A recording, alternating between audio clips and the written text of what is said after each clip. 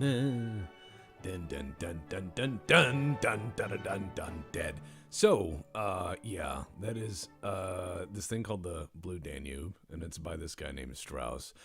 He's fairly dead, believe it or not. No longer living, no longer currently alive, alivened in the term of the youth these days. But yeah, so Strauss is dead. Sorry if that really makes you sad. Sorry if you're like, I can't believe Strauss died. Yep, Johnny Cash too, and a few people in between. So we're going to do some Battletech Advanced 3062, and howdy doody, and welcome to another day. We are almost done with Text Talks history, and we're very excited, and I did a really big update on that on the Patreon. That's really cool.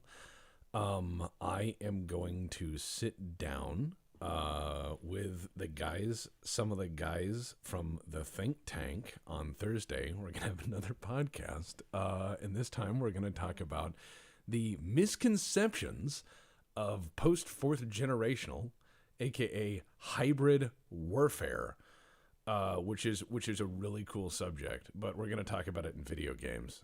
Just one of those things that people don't really get into too much, but kind of a fun thing. So exciting subject. And then, yeah, but also I hate to ruin that, like Strauss is dead thing. He died some time ago, sometime after writing that song, of course, which most of you know from, most of you guys and gals know that from 2001: A Space Odyssey, which is a really, really good movie. It's not everyone's favorite movie, but I like it. And it's one of those movies where I could kill the soundtrack and enjoy what was going on, because every scene is a painting, or I could listen to the soundtrack and piece in my head together what was going on, because it's a delightful soundtrack with interesting dialogue.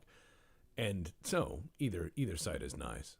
Audio sounds a bit low, by the way. All right, let me play with that. Let me bump that up just a little bit. Is that a little better? Is that a little better? Is this a little better? Oh, ow. There's my shoulder. Oh, God. What a time, huh? Space has no soundtrack. Yes, it does. It's farts and screaming. Yeah, Space's soundtrack is farts and screaming. I've brought this to you for many years now. Oh, man. There we go. Let's continue this. And yeah, Laserpig, I've seen his stuff. I think it's pretty good. I know a lot of people have a lot of opinions on everything, but I don't want anyone to think that any YouTubers are just trying to throw shade on anybody. I do watch some stuff, but a lot of people have taken my whole text doesn't consume a lot of media thing to mean that I'm shunning people or whatever. It's just frequently I have enough time to work, but not enough time to, like, not work. Trying to work on that. Ah, yes, Spike Jones. Spike Jones and the City Slickers. That's one of them. That's one of them bands I haven't heard from in a long time. That was one of my grandfather's favorite bands. He had all of the LPs from it. It's really good. So I'm letting Battletech Advanced load, which takes about 8 years, and I don't have a really bad computer. It's girthy. It's weighty. It is a lot going on for a mod. So, okay, now I can bring people over to the main screen. I'm going to hit the main screen button right there, and hopefully nothing crashes. There we go. All right, and let's make sure everything's fine and dandy like cotton candy. And now I know how far behind my stream is. My stream is about 8 or 9 seconds behind. Okay, so last we remember, there was some oopsies. The chaparral blew up, which happens. We don't judge, okay? Look, we got the Irby back together. We've got a Griffin. We have a full-sized Griffin. Look at that. I would really love if I could get regular car reviews to say something about the Griffin. That would make me very, very happy. I've spoken with them. Very polite, very kind people. Very respectful. that is something that a lot of people don't put a lot of pride or prize into, but very respectful person. Obviously, like pinched for time, but I do like somebody who knows what they're doing and gets to the point. So, very, very pleasant person to speak with. And Griffin's good. No, I'm not trying to get him to say something bad about it. I'm not trying to get him to, like, shit on the Griffin. I have a sketch in my head that makes sense to me and nobody else. No, it makes sense to one other person. Yeah. Let's see. Thoughts on the FN 510 Tactical? It's a thing. Doesn't really hit my top 5 though. Not for that platform. Yeah, so let's see. What are we gonna do? I asked regular car reviews if they would do a cameo, and they were like, yeah, like I could get them to do a little thing. So they said they would be fine with that. And I was like, that's really cool. I'm excited. This pleases me. So I'm hoping to get them down for something fun. The Griffin is all right. I'm not sorry for that pun. I'm not going to acknowledge it. I'm just going to sit here in my very calm mech simulator and being a very calm person. I don't need to scream or anything. Everything's really fine. So I'm just going to take this. Oh, you're right. The Crap Raven. The Crap Raven, the Shadowhawk, the Urban Mech. Now, what did I have in the Bee Lance? I'm going to put the Griffin there instead of that Swordsman. I'm probably going to get rid of that Swordsman because that's a mech made out of fucking compromise, and I goddamn know it. I'm not going to lie to myself. It's made out of sad. It was kind of interesting. Regular car reviews tuned in on the last podcast, or not on the last podcast. Tuned in on the last stream I did, and I was blown away by that. I was like, "What the fuck?" I did not know they watched Battletech. That is an interesting thing. Let's see. I would love to get all sorts of fun little cameos from people. I think that would be really funny. I know a lot of people like Battletech, but I know a lot of people are also not hugely into it, so that's fine and fair.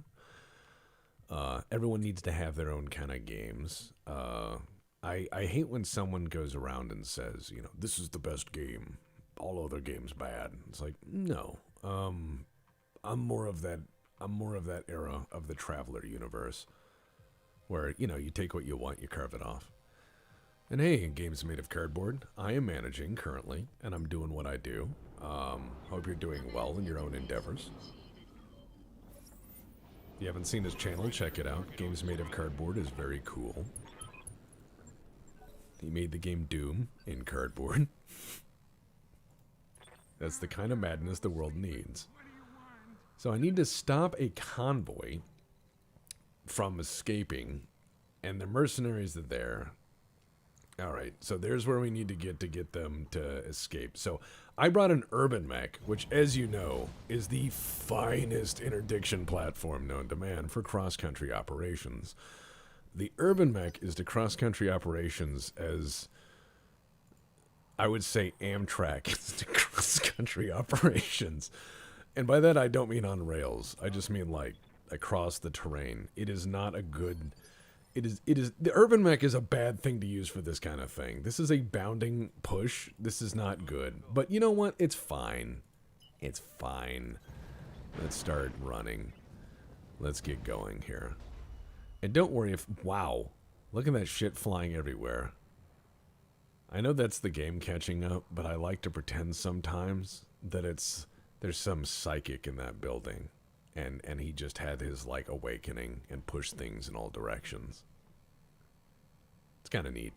But no, I'm gonna run with that Irby. We're gonna run as far and fast as we can, because that's all you can do. I'm hoping to get some bounding fire on this asshole. So I'm gonna get the Griffin and see if I can't. You know what? We do have that arrow 4. Excellent. And good evening, Hamster of Wrath. I've checked in on your doings as well, on the tubes and online. And it's interesting to see a lot of people in the Battletech universe kind of all know each other. We're all kind of like brushing against each other's shoulders.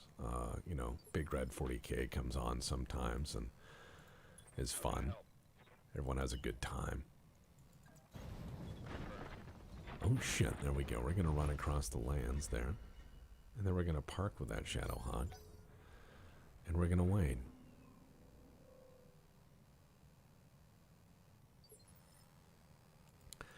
Are the events of Mech Commander 1 lore canon? I couldn't tell you. However, in most cases, video games are considered non-canonical. At least, well, parts of it are, but not always. I'm not the arbiter of what is canon and what isn't canon, though. So, I always have to do a double check because I have to remember how I have consumed the media. So I will say, was that in the game or was that in a book? And then I have to search my distant memory and then go back and reconfirm everything because I don't want to be the guy who's, you know, quoting Mech Assault. I mean, good God. That's the end of your lore channel right there. You start talking about the lore of Mech Assault, it's, yeah. That's a good time. Now, I mean, look at MechWarrior 2, Mercenaries. There's a lot of things that canonically happen in that. You know, Battle of Luthien and all these other events. And they're little, like, tiny backdoor stories into Battletech, which is really neat.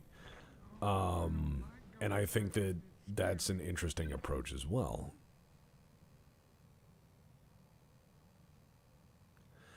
But yeah, you end up getting MechWarrior 2 Mercenaries. Big chunks of that are canon. MechWarrior 4, I mean, that's the FedCom Civil War. Or MechWarrior 4 Mercenaries, that's a FedCom Civil War. So, I mean, that's big chunks of that are canon.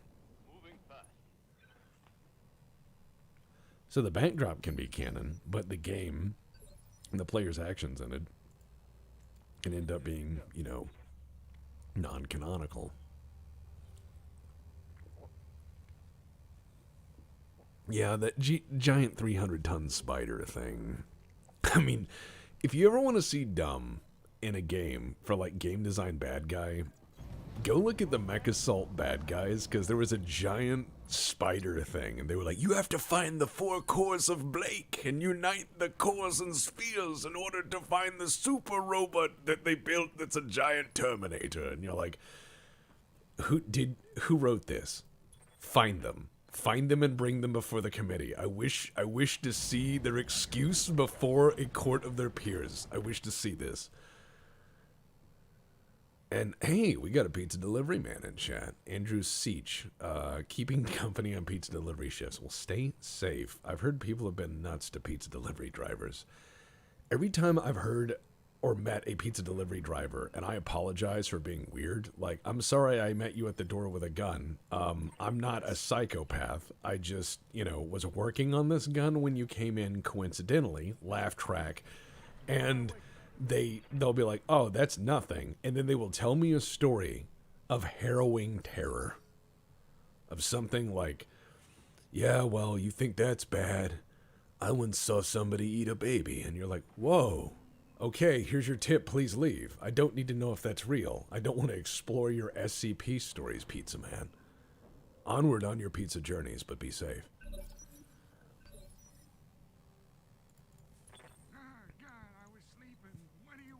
I want you to do your job. Shut the fuck up, man. See, I can yell at myself. Easy. Now, when it comes down to a game, like a decent adaptation, I know it's not a perfect adaptation. I know it's not a perfect adaptation, and some people might say this is a crap opinion. But I will posit that the Crimson Skies we got on Xbox 360 was a lot better game than we had any right to deserve. That was a really good one. That was like a really, really good game for what it was. Now, I know the original OG game on fucking PC was really decent, but still, I'm just saying that was a good one. It was a good one. But yeah, if you ever want to find somebody that you need for like special forces or like to do shadowy stuff, like if you ever need somebody to go hunt like a cryptid, like if you're convinced there's a vampire and you need to take it down and you need somebody who won't flinch at danger, take a pizza delivery person. They have seen some shit. They have seen some shit. They have seen shit. They have just been like, you know, it's one of those things. Like, they typically just are jaded. Delivery drivers are jaded. They have seen people who have given up. And I'm not trying to say that you've given up if all you want to do, if like the highlight of your week is what you order out on Friday. I'm not saying that's evil or bad, but I'm saying there's more to life than takeout. Well, depending on where you live. Sometimes you live in places that have amazing food, and you're like, no, seriously, all there is here is takeout. And then you go there and you're like, I understand. You know, some places have apocalyptically good restaurants for no reason. Clear the way. I'm coming in fast. If you make a Battletech style RTS, would I like to be a voice actor for Clan Snake Cobra? Sure, no problem.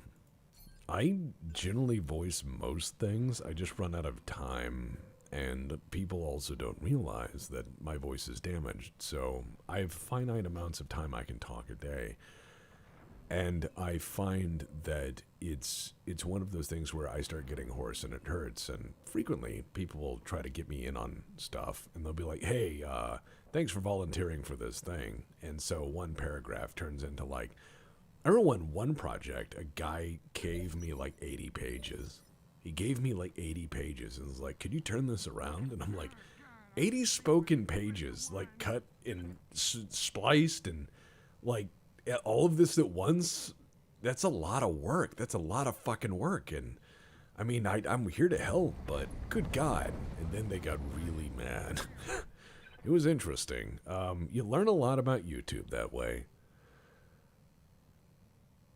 There's no such thing as a character class, really, in Delta Green. There's backgrounds. That's why Delta Green is kind of cool. You have background packages and skills that kind of determine what your person is. So it's kind of interesting.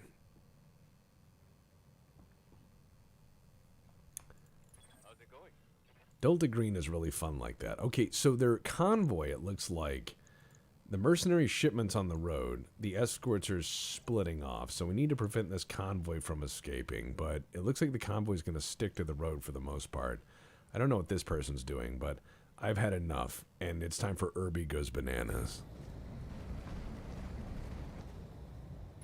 Okay, Combustion Whisperer says, shout out from Battle Creek, Michigan. Thank you highly for recommending the Lux Cafe. Yeah, no, the Lux Cafe is fucking great. Oh, man. This is a good time. Let me think.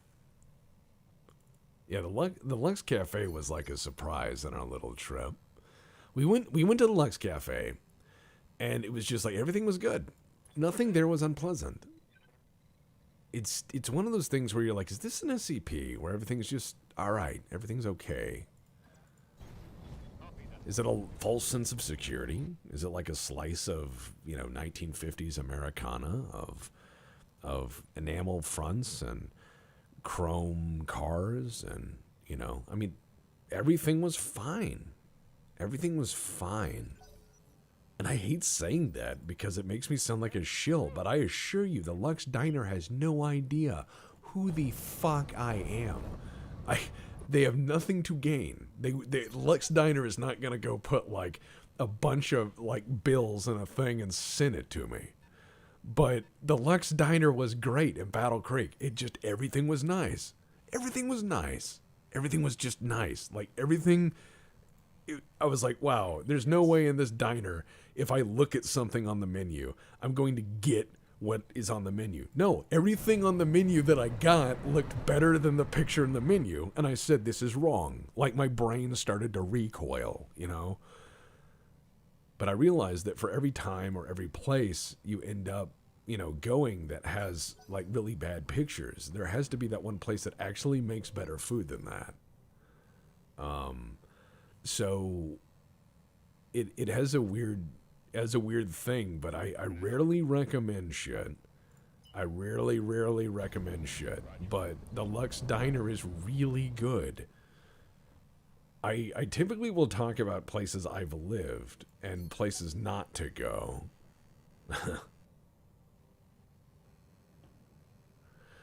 And you're welcome, Pyroblade. If you're trying to play all like 800 plus Space Station 13 videos, if you're trying to make the circuit, you're insane.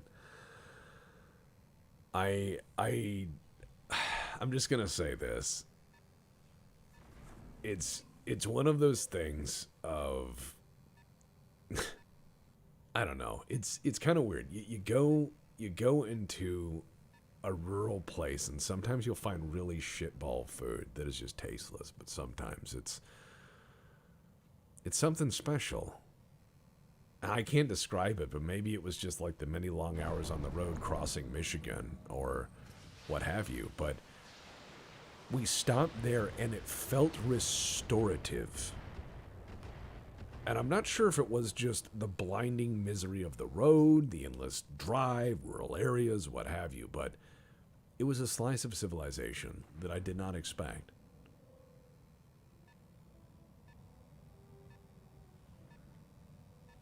But I mean, I think about all sorts of weird things in strange ways. I mean, I make giant documentaries on Battletech with my friends.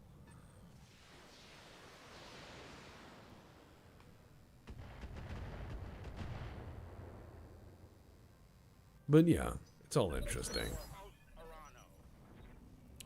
As far as watching all of Space Station 13, some people have started calling that the cycle because they see it as like this really long series of television that had a run in like each era or season and episodes. And I've seen people discuss my weird Space Station 13 stream of consciousness in that way, saying, oh, these are the episodes we use for these. These are my favorite sad episodes. These are my favorite ennui episodes. And these are my favorite ha-ha episodes. And I'm like, what the fuck? I was just recording a game. But there's a lot of them. And I realized my obsessive recording of everything kind of... Some people like that. I don't know. Time to blow things up. What's this guy's deal? I don't know. That seems kind of expensive. Better give him the Infernos. Yep, that's what you get for living. Oh, that is the primary target. I'm not just burning things for no reason. Yeah, that's good. I thought I was being a sociopath there for a minute. Nope, I'm shooting things on purpose. Okay, Irby, forward! Forward, sir. Alright, we have a long par 5. It's a hunter. It's got an LRM-20, a flamer. Son of a bitch.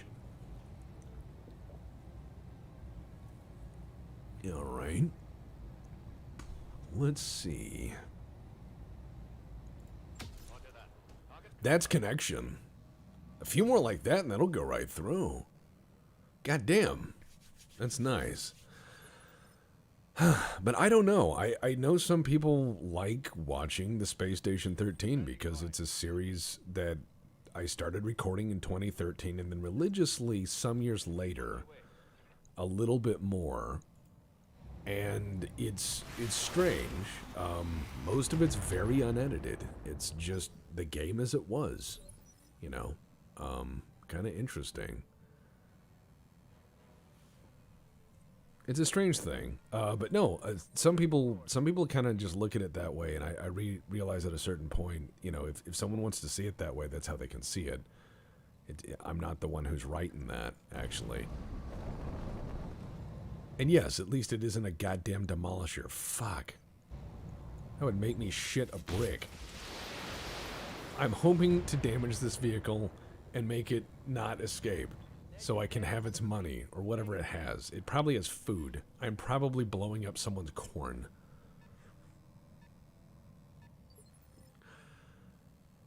However, next stream, I'm probably going to do something different. I've been feeling kind of wanting to do Pulsar the Lost Colony. I want to see if we can beat that fucking thing. I really do. I think that would be very enjoyable for me. I've always wanted to find the Lost Colony in all the years I've played that fucking game. Please, Arrow 4. That is not even the right son of a bitch. Did you even turn on the seeker? Did you show it a picture of what we're shooting at today? You just have to show it a picture. It's a really dumb missile. It comes with flashcards. You're like, this is the right-hand side of the tank. Do you see this? And it just sits there and whines like a beat dog. It just goes,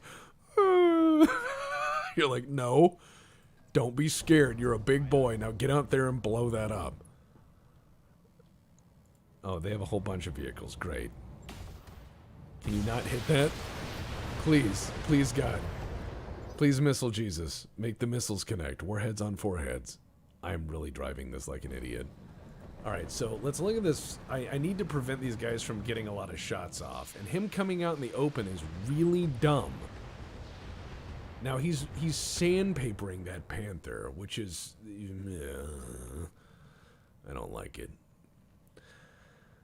Oh, man. So, they have a whole convoy back there. And if they're all hover vehicles, I'm going to scream.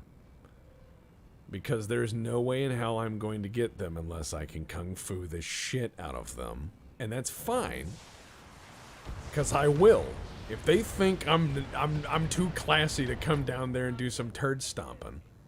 Oh, one activation's remaining. I'm bleeding out. Wah. The safety thing is full of needles.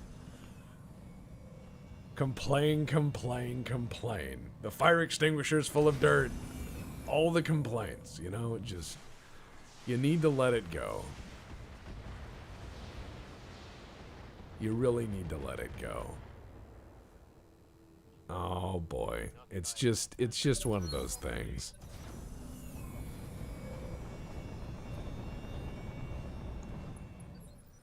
Oh man. Alright, so here's what we're gonna do. There's a bit of a fire.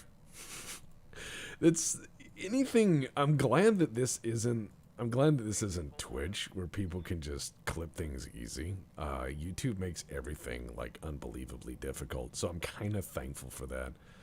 Because a lot of what I say out of context is probably not that sane.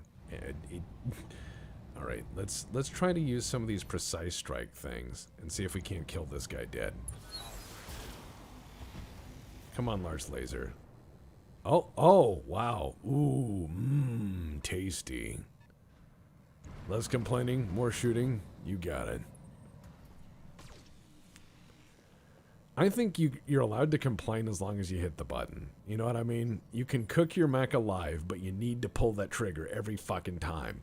Fearlessly. Just fearlessly. You just need to be like, well, it ain't much, but it's a job. Alright, flamers it is. I'm going to move in front of this vehicle. Now, that is a escort, but that is the actual APC. Flammenwerfer. Ah, structure exposed. Nice. Alright. Those are K-27 transports. Those are big boys. These guys are not going to be that difficult to take down. However, these first fast movers probably are. And the mechs, if I split my abilities here... Hold on. Irby's going to go in for a love tap. Hello. I am Titus Urbanicus, and I am here to shoot you in mouth. Wow. Alright, that's neat. I'm not going to do that. We're just going to do a precise strike, and we're just going to shoot the shit out of this guy. No, we're not. Oh, light laser. Tickled him a little bit. Oh, isn't that cute? This is a good time.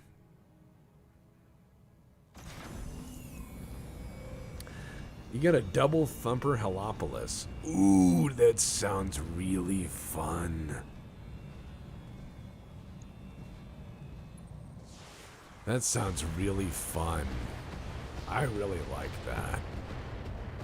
Double thumper just sounds fucked, because you're gonna cause a lot of piloting rolls really quick. I need something heavier though. These missions ain't paying for shit.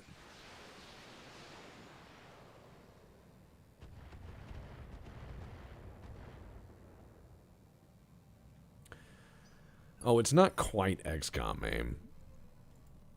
XCOM aim is just one of those things where You feel like you're being gaslit. You frequently feel like you're being gaslit. Alright, it's time for Mr. Foot. There you go. Ah, he's damaged. As you know, when you've been turned into like 2 dimensions and then set on fire a little bit, you've been damaged.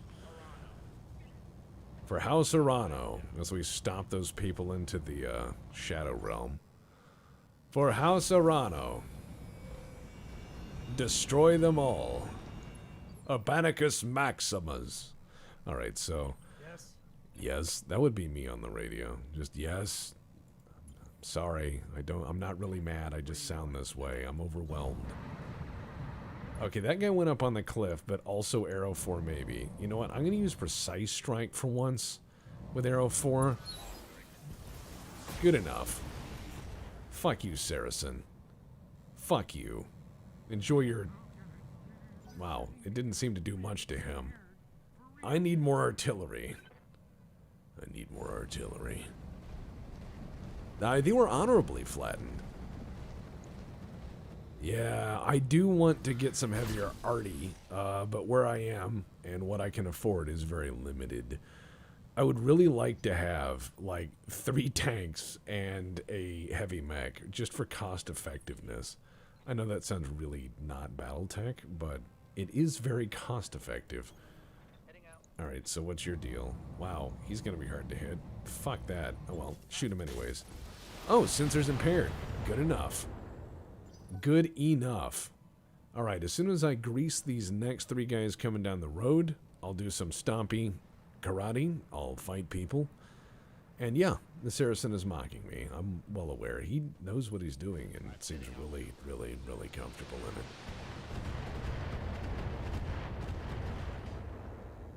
I think urban mechs are fine as either backpacks or snuggies on the front. And look, it's the beef. Time for war crimes. How's it going? I like your stuff. Alright, I'm gonna go over here, and I'm just gonna try to shoot this guy in the mouth hole. Wow. You know, showing up with a falcon is... No thanks. There's some mechs that I won't salvage, and I'm not trying to say I'm better than them. I'm not. I'm not better than them at all. But I don't want it. And it's not anything negative. It's just... I mean, like, let's say you have $10,000, right? Let's say you got $10,000 and you need to buy a car. And you have to buy a car at an auction. And, you know, certain cars come up for $10,000 and you're like, no. And you know it's not going to be worth it. That's the way I am with the Falcon. It's, I'm not saying it's shaped like disappointment, but I'm saying that it is disappointment shaped. Now, I'm going to set this guy on fire because fire doesn't care where you're from. Fire doesn't care what you're made of. Fire only knows fire. There you go. Have a little bit of that and think about it.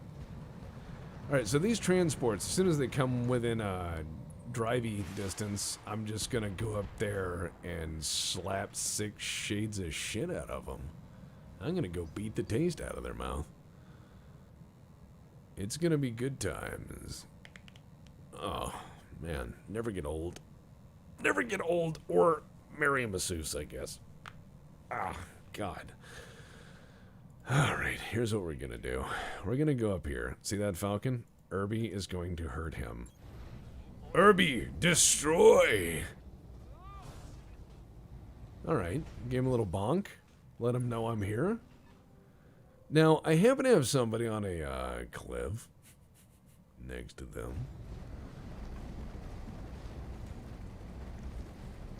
Oh God, please don't do bad things with chargers. I know after I do a video, people will tell me that you get into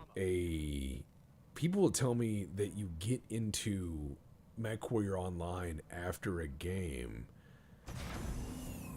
or after one of my videos, and people will just say that people go around and just act nuts with the stuff, and it's hilarious to see, but I also feel bad. I feel really bad.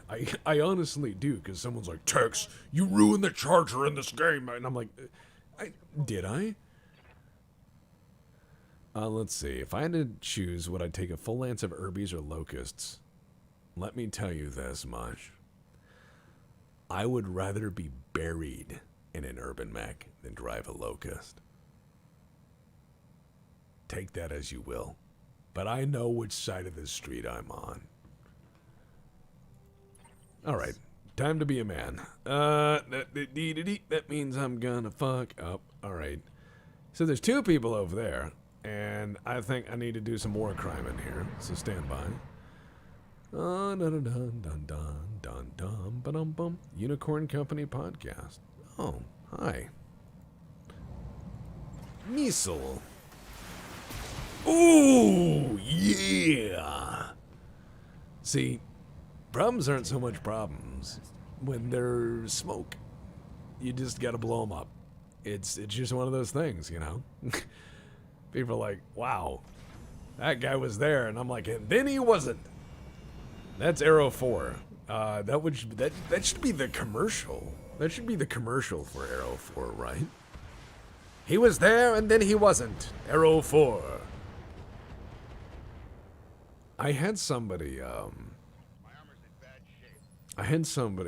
the other day point out that there was a person on, I think it was like Etsy or Redbubble, had taken a bunch of my phrases and put it on like various Battletech stuff and then has started reselling it. And they were like, do you have any comment to this person using your stuff? And I'm like, I don't own Battletech, so God bless them. I don't care. I almost thought about buying stuff because I ain't gonna make my own merch. Oh my God. Why won't that transport die? What is it, full of metal?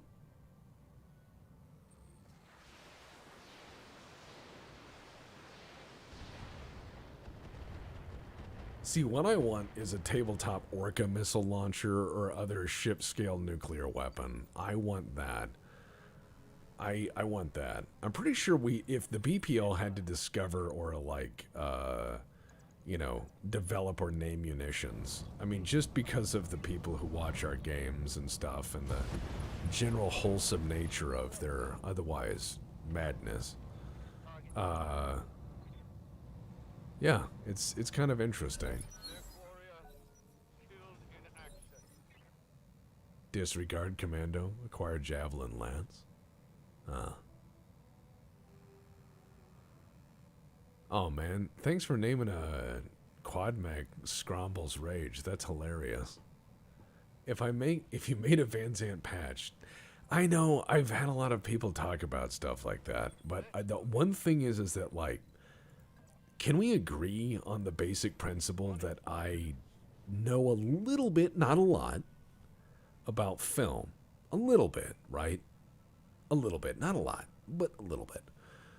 And it's taken me to 38 years to figure that out. 38 years.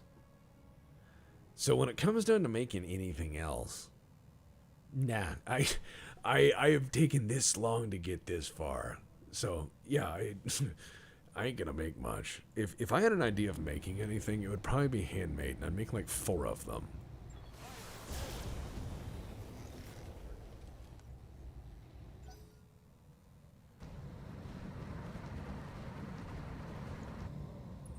That would be a weird store. That would be a very weird store. Like a Mr. Tech's store. Like, it's just things I make, and there's only like 3 things, because I want to move on to the next thing. So it's like, okay, this month, I whittled this. I restained this table.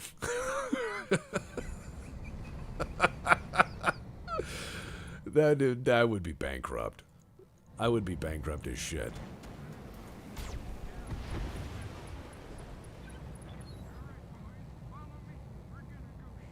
Oh my God. Yeah, no. That's just gonna be weird. And if it comes down to like, if I made a mech I don't know. I'm picky on weapon systems, and I'm picky on like ideas. God damn it, that's expensive. Son of a bitch. That's coming out of your paycheck. God damn it. Mr. Texas Store, you didn't know you didn't want this. Yeah, it would be a bunch of really bad projects. I'd be like, so I filled out the paperwork and SBR'd this 3030, and then I realized that was a dumb idea. But by the time the paperwork arrived, here we are. And that's something most people would want. I did not SBR a 3030, though. I refused to do that.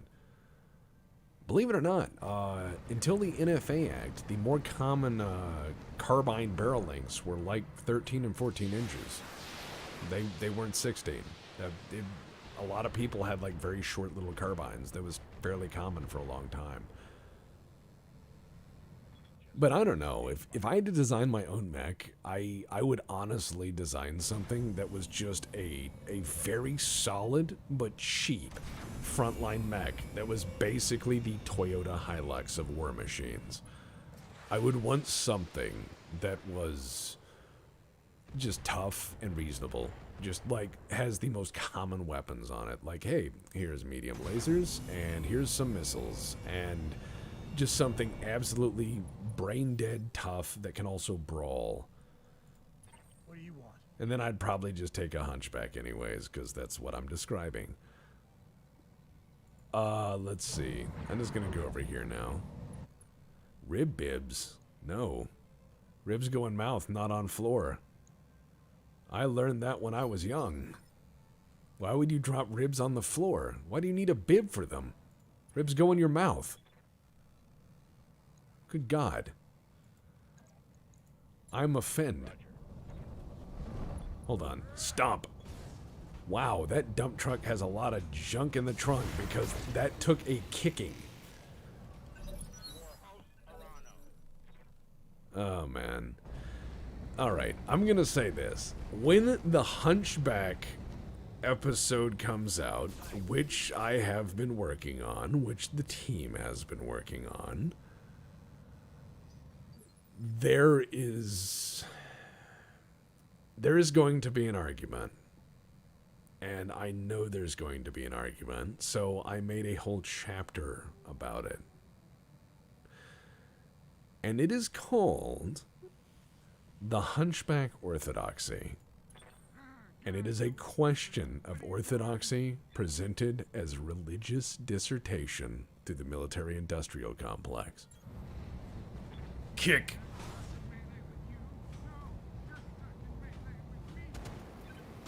I forgot I did that line. Did I literally do the Rorschach line as an old man? That is stupid. Why did I say that? I forgot I did that. Good Lord. Sometimes I do voice acting and I'm very, very tired. Did something blow up? Something blew up. That was expensive, goddammit. Coming out of your fucking check. Alright. Yes, Commander, I agree. Let us Irby this Falcon. Yeah, take that right in the feels. Oh, there's going to be an argument. There's going to be a huge argument over Hunchback versus Swayback. We're having Eldonius draw some very medieval art for it that I think will be really good for an art pack. And I think it's going to be really, really nice. I'm going to actually explore both sides of the argument. And I'm going to show you the root of where Swayback comes from and the root of where Hunchback comes from. And I will establish on the timeline which is which, and then I will posit a few others that people have forgotten. There's two Hunchbacks I know of that people forgot about because I've never heard them talk about them. And when I researched them, I said, ooh, what a story.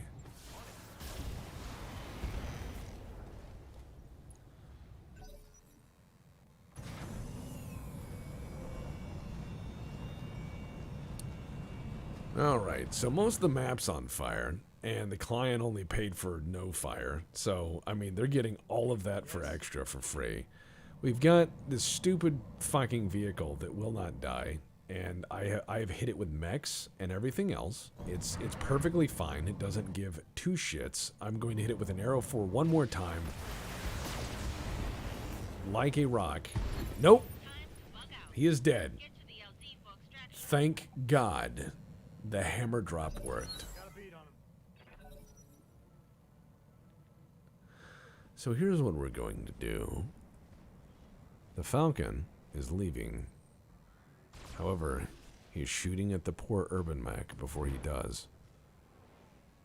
Oh no. The right torso is destroyed. Destroying the 4 heat sinks. Oh boy. Let's see. Let's see. I'm just going to run around this way with a crap raven. Run. I'm going to run from the fire I started, which, I mean, that's life. And then we're going to just hit the button, and everything's fine. And we're going to just try to escape from here as we blow up everything else and scrape good money.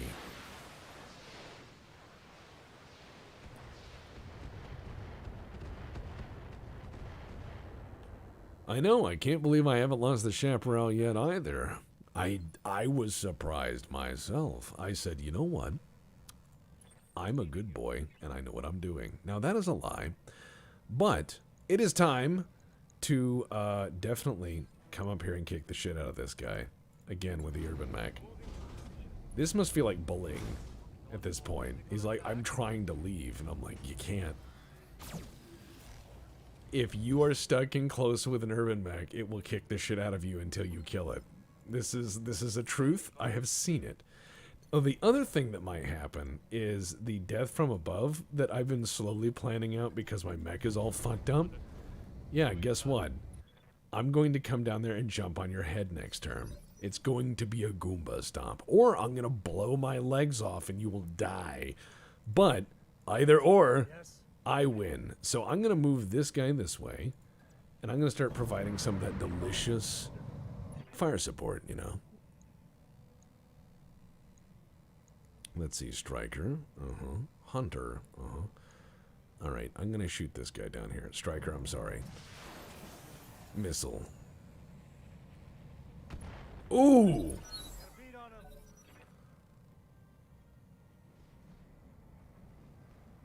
Alright, so he's backing off. He's acting like he's not... Wow, talk about a backing up all the way. That urban mech is taking a beating. It is just like... Yeah, urban mech is just like, you know what? Fuck off. I ain't dying. I didn't hear no fucking bell. Bring it. Okay, that sounds bad, but don't worry about that. That's a normal sound. It just needs some work done. Alright, yeah, we're gonna get these guys in a beautiful crossfire. Way back in my day, the medium lasers were made out of popcorn. Alright, we're gonna get up here. I'm just gonna shoot him with a light laser. Fuck him. That isn't even the same zip code. You should have just mailed him that. Good lord. Well, time to be a trash can or a trash can. Alright, they're shooting at him. Poor Irby. Irby will not die. Irby is continuing to walk forward. Doesn't care. Irby forward. Irby kill. Alright. Could I even make that? No. Alright, so what we're going to do is we're going to move parallel. We're going to get up on the high ground. We're going to shoot this son of a bitch.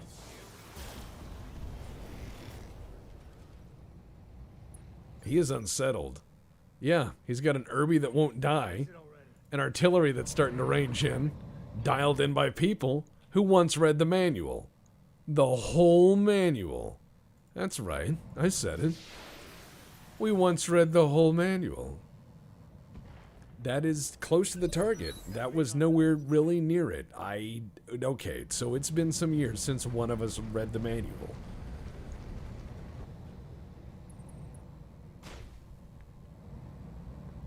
No, a Panther's always nice, but if I had my pick of light mechs, Wolverine is definitely up there. Wolfhound definitely up there. Stuff that just can fight on the lighter end of side, but way outside of its punching range. The other one that I really have said always does good work is the Vindicator.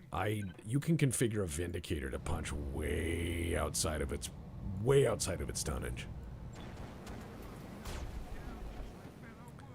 I'm just gonna set this whole woods on fire because nobody's fireproof.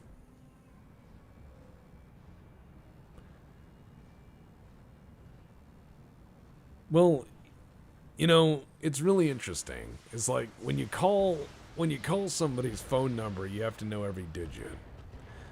But when you call for artillery, you only need to know the grid reference. It's one of those things where artillery is presumed to have a CEP, or circular error probable, or that big ovoid thing. And within the CEP, you find a lot of oops. And oops is kind of accounted for. The Irby will not back down. The Irby has shot his finger. It has burned the fingerprint off of him.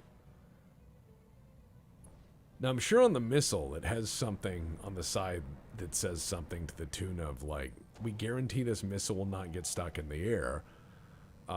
It will come down of its own accord. It will land and splash. Yeah, there's me sounding old. Alright, I am going to just continue shooting that Falcon. I want it dead. Oh yes, right leg destroyed. Just fall down. Just fall down. Fall down. Fall down. Fall down. Fall all the way down. He called me a bastard Newton, whatever that is, but fall down. There you go. The urban mech will be with you in a short moment. Irby Goes Bananas is a go. Now, we're going to get up on top of the mountain, and we're going to dial down some anger. Now, what's this guy doing? Oh, let's see. You know what? Fuck that guy. Headshot. Come on, and land. Oh, yeah. That's how you know you're staying down. Now, he's a little panicked and on fire. Both of these at the same time. Fairly suboptimal.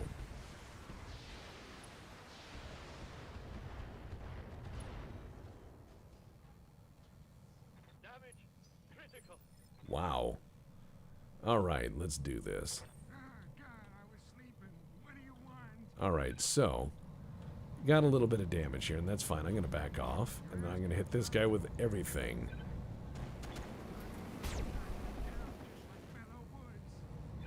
Just burn him down. Oh, yeah. Choose. Where do you want to go? Fire or fire? He is driving through fire. He has burn damage. As do I. Ow. Again, expensive. Commander, I am losing weapon system. Yeah, coming out of your check. You're in trouble. Fire. There's Mr. Goad. Standing by. So what we're going to do is Irby's going to go right up the hill. Irby's going to go right up the hill, and he's going to shoot this person with a laser. Right in the head. Here we go. Yeah, the Irby's still alive. You're not. No choice. Oh, missed him. Alright, well, at least he let him know that, you know, this is the due course of action. That Irby does go bananas. Order repeat. Alright, so we got the Hunter down there, and alright, let's hit him with the SRM-4. Target confirmed. Ooh, ooh, ooh, that's good. The defoliation juice has been applied. The Falcon gets up. Mech is on fire.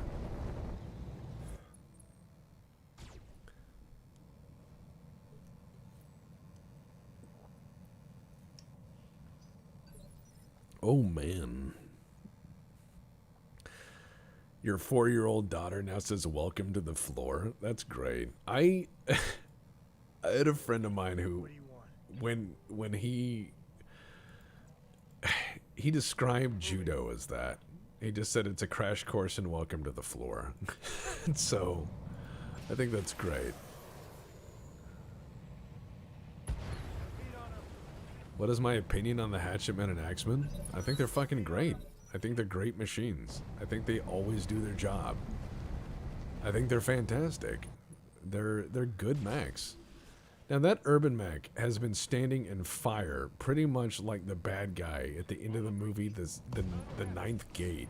He outlasted the Falcon in a circle of fire. This Irby is metal as shit. This urban mech has just... Holy crap. 2 men enter, 1 man leaves. It's a real urban mech summer out there. Holy shit. What a great Irby. That guy is trying to hide.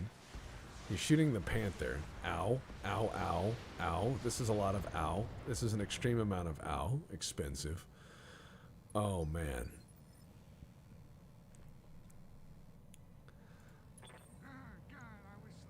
That's it. I'm gonna set this guy on fire again. You can be alive or you can be in the woods, but you cannot be both. Welcome to the end, my friend. I fell down. Well, that's what we call mission accomplished. Man, that urban mech was metal. Like, shot its arm off, kept chasing the guy, burned alive, watched the other guy cook. Fucking metal urban mech. I know I'm not great at this game, but I think it's fun. Alright. Now, there's that Falcon, which I don't want. There's some LRM-20s, which I do. I will take the... Yes. Yeah, Streak LRM-10, meh. What's on the inside? No one knows. Ooh. It could be anything. Could be any sort of thing. Let's do some gambling, shall we? Says what's in the inside? No one knows. Could be candy. Oh, wow. All right, let's just let's start playing with these.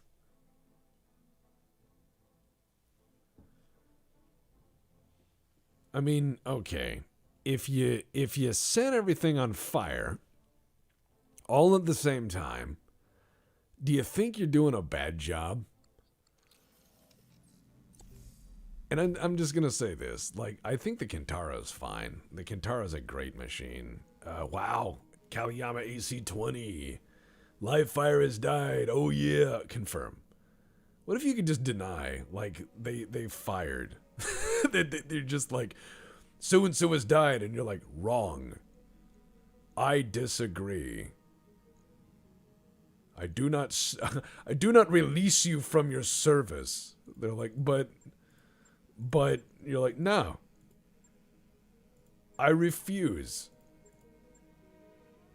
I refuse you're dying. How's that? Of course Krupp is still in fucking business. Of course Krupp is. If Krupp is listening, I'm not... don't send the dragon, please. That would be unpleasant. All right, so yeah, we've got things. That's good. Let's get down to the mech bay and see how fucked everything is.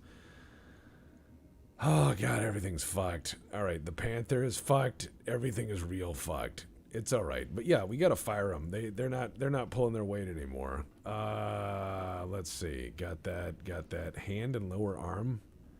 Okay, we're gonna need some replacement hand maybe. Hand. Alright. Lower arm. Lower arm. There. Done. Handled. Okay, now I need to put more bits in here. The SRM-4 is neat, but what if I put something bigger and just was an asshole? Alright, let's do that.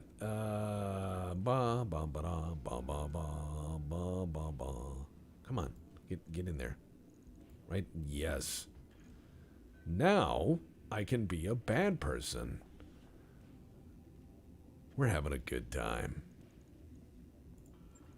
Let's see. Medium laser. And we're going to have another one right over there. No, I can't because that would be interesting. So 2 medium lasers. This is probably not going to have anywhere near enough heat mitigation, but I don't care. Let's see. Streak SRM ammo. I need ammo Streak SRM 1. Ammo Streak SRM 2. And then internals. You know what? I'm going to put another medium laser on there because that sounds fancy-pantsy right there. Another medium laser. And then internals, I'm going to give it one more heatsink. And then I'm going to give it a tad bit more armor. Not a lot, but enough. There we go. Validate. Confirm. Good enough. Alright. Shadowhawk, or most of one. Now, I'm going to do some real periphery work on these. Okay, this one's got Indo Steel and all that shit in there, which thankfully I don't have to pay to fix. Jump jets are fucked. Everything is gone. I have no engine for it. So, let's see. Engine XL? I do. I do have an engine for it. Excellent. I don't have a 275 core. I have a 245. Good enough. This is not anywhere near as fast, but it's good enough. You know what? No, we're gonna have a standard engine in here. Lower tech over time. You know what? Yeah. You know what? I'm gonna remove this Indo Steel. Yeah, see? How do I remove you? Or wait. Indo Steel for... Oh, I see. Wait, I just have to probably install standard armor. Okay. Yeah. Alright. Heatsink, armor, case. Wow, Lost Tech case. Hilarious. This is a grim era.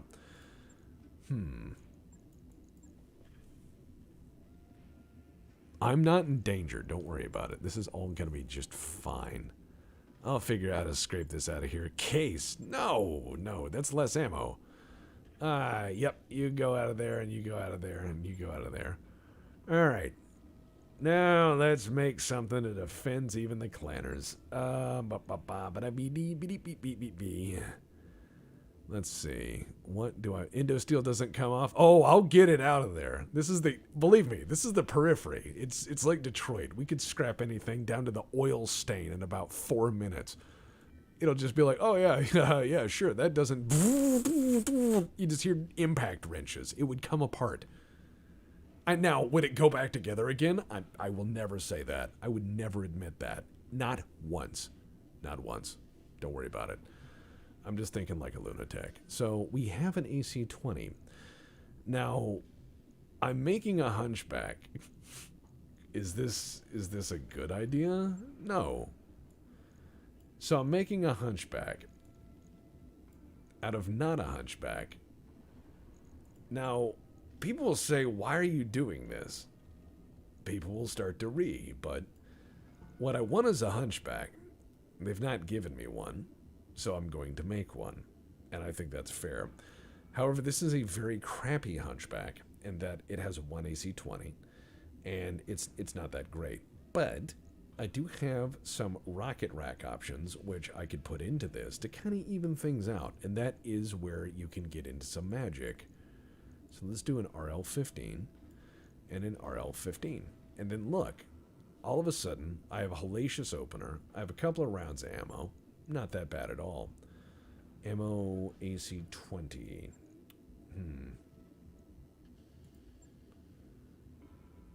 You know what? I'm just going to keep the standard ammo in there for now. So, this is good.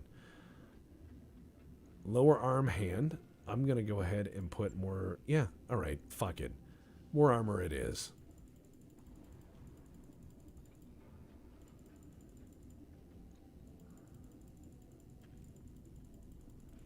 Alright. We're just going to up armor the shit out of this thing. And we're going to make it really tough. Now, what are its other problems? One or more components are installed in an invalid location. What's destroyed? Looks like everything's fine to me. Looks like mech to me. Alright, let me get another heatsink in here, though.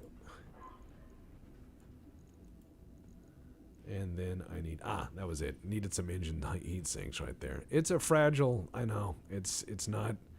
This ain't perfect. I'll say that much. Heatsink kit, huh? Looks like the double heatsink kit is, fucked.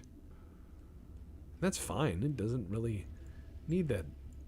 Yeah, see? It's on single heatsink, so it should be alright. All we gotta do is, Oh, thank you, Mr. Train. You can go fuck yourself. Thank you. Go fuck yourself, Mr. Train. Thank you very much. Alright, so let's go ahead and put on a... Ooh, choices.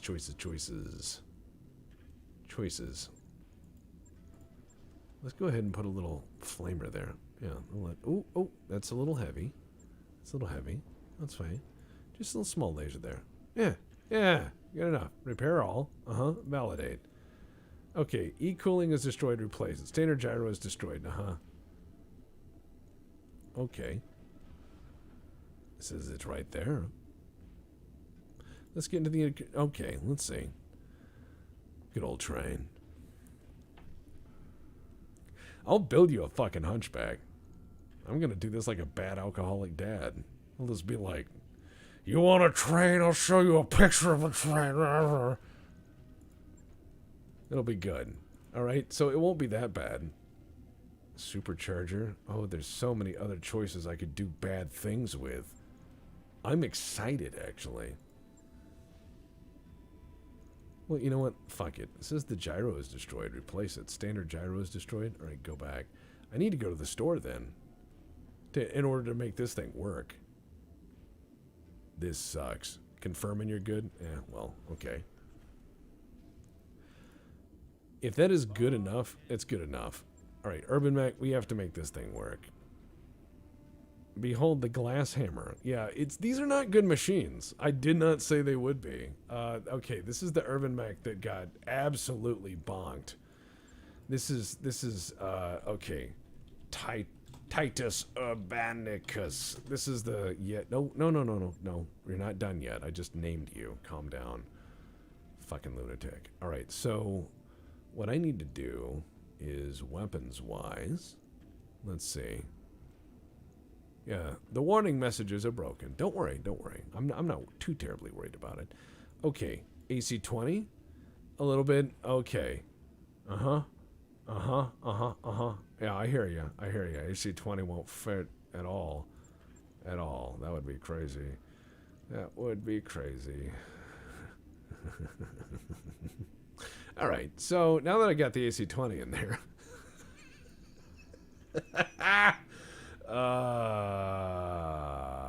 nope. I'm not going to do that. That is way too expensive for an Urban Mech. So, what we're going to do instead is I'm going to have some fun and see about a high velocity autocannon. That would be fun. And I'm going to take a large laser. I'm going to take a large laser in the other end. There you go. And we're going to take the... Do I have HVAC-20? Does it take this ammo? Does it actually take this ammo? Fuck. Actually, wait. I have a cursed idea. I do have a cursed idea. Can an Urban Mech carry 2 ER large lasers? Yes. Yes, it can. Thus begins our experiment this evening. Can Titus Urbanicus slay the enemies? I think so. I think you will find he is fine and fettled. Oh dear. So this is very expensive for what I'm doing, but it is literally with what I found. So its heat efficiency is pretty good, and 2 ER large lasers. The binary laser I don't think would work very well, but what I can do is up armor the shit out of it. I'm the little Irby that hurt people.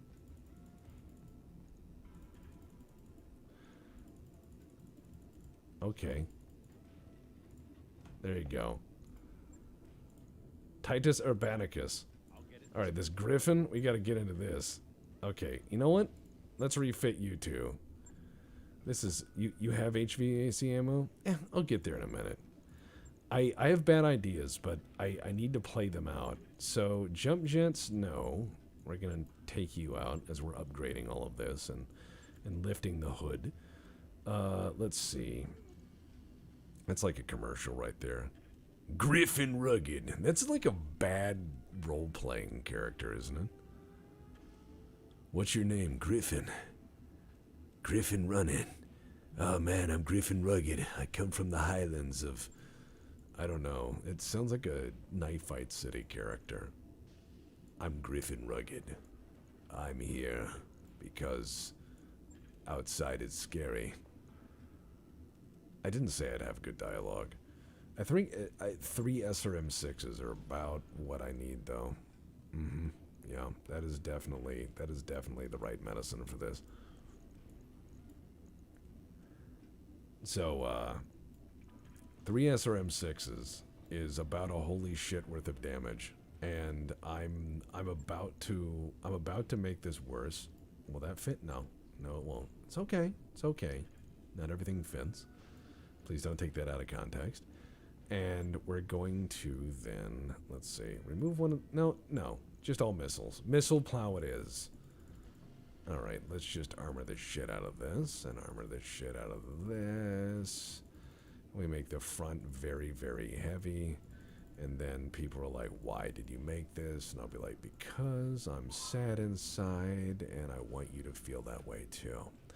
So, let's knock 5 off that, and then do that, and then there, and happy. And I'm going to call this Ass Blast USA. Excellent. Space Station 13 meme achieved.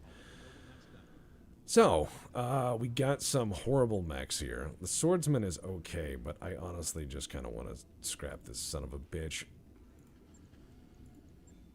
And we probably need to go find some other mech parts. And we need to go to the mech store. And we need to go find a better place to make more money. So, let's go roam around the cosmos a bit as our people upgrade things and we figure out, like, how not to die a bit. How's that? Let's do some float around while we try to figure out what's left of our brain. Let's see. That is low gravity mining. Let's see. Periphery level, small population. Let's see. Brisbane. Agriculture. Former height. Ooh, large population. Mega city. Terran world. New Vandenberg. Fuck yeah. Let's go to New Vandenberg. I bet there's a corn dog stand there. Now, I know a lot of people out there have asked me what I thought about, you know, oh my god. Please me. Why is me interrupting me? I just, you know, it's just, at the end of the day, you think you wouldn't interrupt yourself, right? Okay, so a lot of people ask me what I thought about the text talks, or sorry, not, see, I'm interrupting myself. That's the insanity of it. Good job, me. You interrupted my train of thought. God damn it, past me. You should have thought this out. All right. So a lot of people ask me what I thought about the Kickstarter, and I thought that was great. But I wanted to point out one thing I did during the Kickstarter that some of you guys maybe didn't pick up on at all. But I think it's absolutely incredibly important. And it's something that I pointed out that they actually confirmed on stream. And I seem absolutely pleased as punch that they did it. But I wanted to point this out for the record.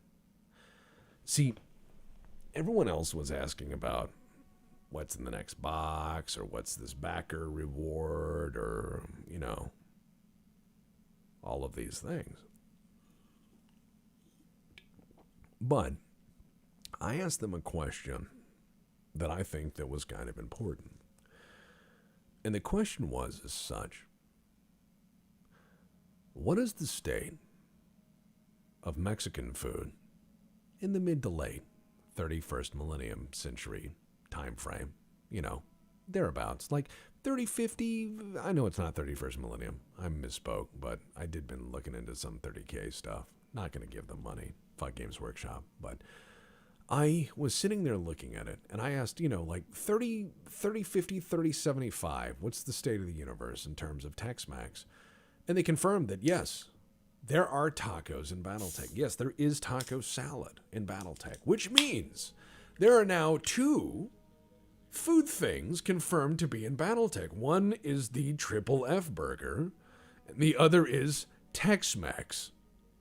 You now have 2 things that are real in canon for food. 100% more Thank you, Mr. Train. Yes, that is groundbreaking. What I'm saying is, Tex-Mex survives 4 succession wars. Tex-Mex survives the Exodus. Tex-Mex survives the Blackout. Tex-Mex survives the Jihad. I'm just saying, that's impressive. Culturally, that's impressive. It knows that in the dark, grim, darkest part of the setting, you can go have tapas in the rain. I like it. All right, let's see. Commander Beeples. Seems the Professor Texas podcast. Okay. War. Oh my god. Really? Okay. I'll voice my own shit. Fuck it. Alright, let me roll my back here. Okay. There we go. Let's do this. I'll voice my own shit. I'll make this meta as fuck. I don't care. We're gonna do this right now. Okay. War. War always changes. Okay. All right, yeah. Trying to now flee tax collectors and government censorship in the Cabellan Confederation, the Black Pants Legion Intersphere War Studies School has encountered yet another problem. Renegade clanners hell-bent on punishing the outspoken professor for negative interpretation of clanner history. Also gratuitous use of contractions. The professor has again called out for free agents of any sufficient training or capacity to help him move to his new location. Qualifications include shooting clanners until they are dead and not asking questions. You lose to... Yeah, sure, no problem. Where are we going? Probably somewhere. I like the idea of just in the future, you find some world that gets conquered by some horrible warlord that is just all style over substance. You know, just absolute drip, just conqueror of worlds, destroyer of children, greatest and most powerful and mighty Conan the Wise sort of character, right? And he just comes out and he's like, bring me the victory feast, and like they bring out on platters and trays and they waft the top and the steam curls out and there's like tacos. That pleases me. That pleases me a lot. I had thought that Battletech just was going to do the Star Trek thing where, you know, they're like, what kind of food in the future? And it's like matter. It's cubes of matter. And I'm like, that's not a future I like. I don't like that. I don't.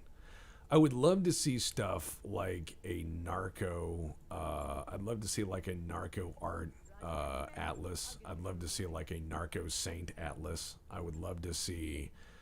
I also love the Tinglet art of Alaska, like Ketchikan and stuff like that. I think that would also be like a really badass paint job.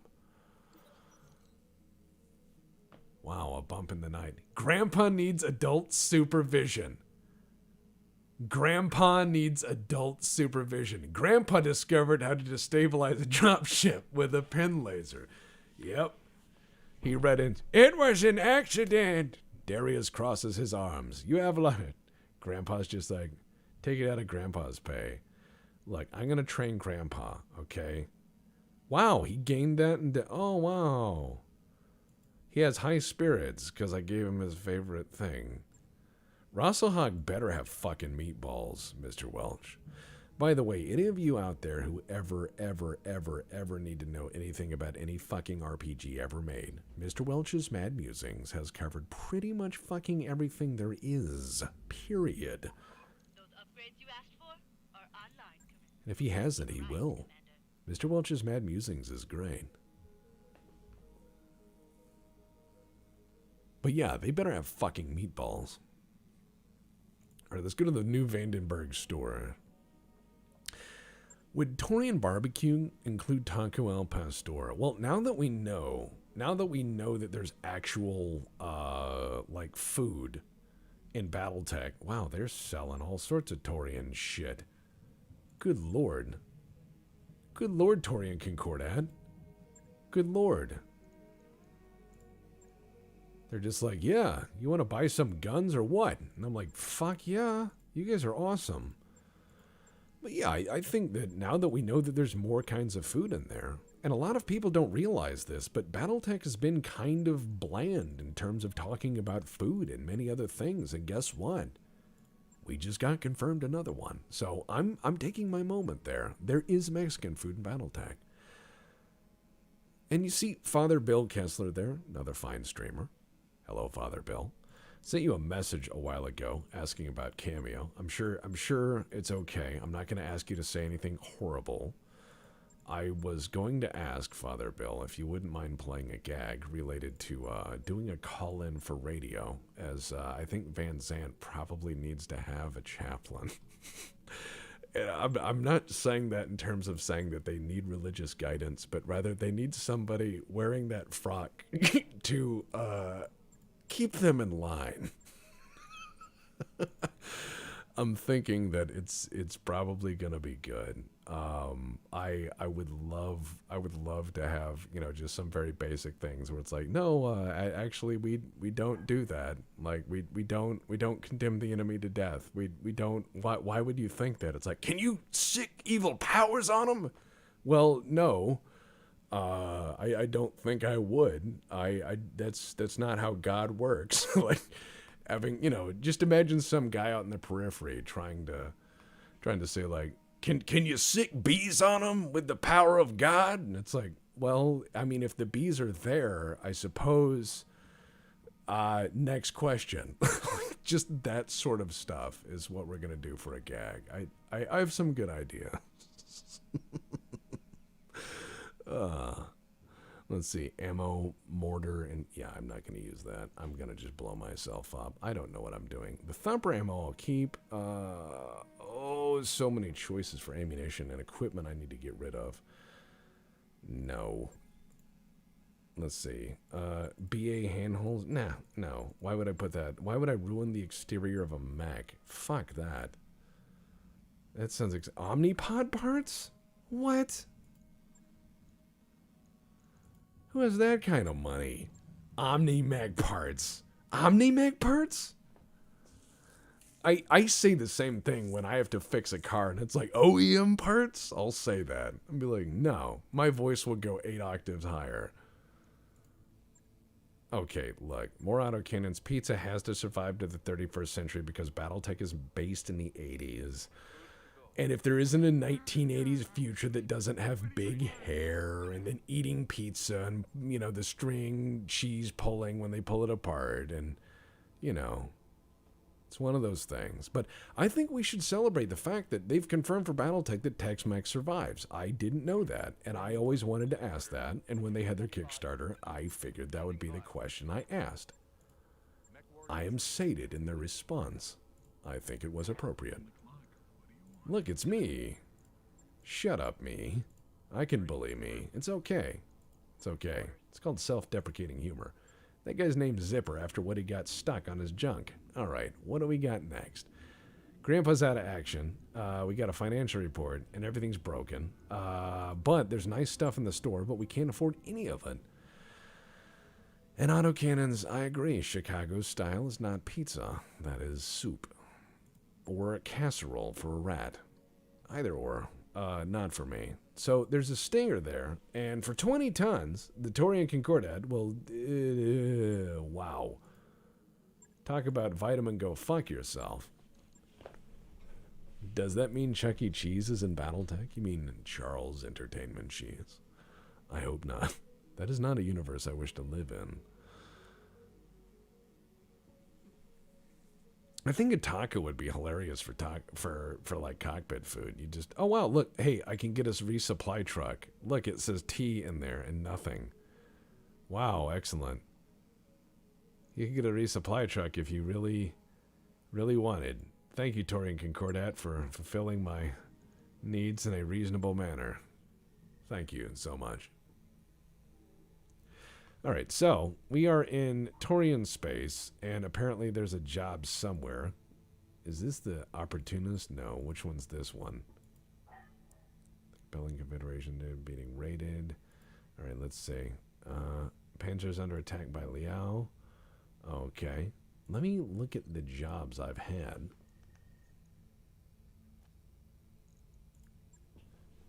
I could not imagine Chuck E. Cheese doing well. I think that that would be a problem. I would not like the idea of Chuck E. Cheese living in the future. I think.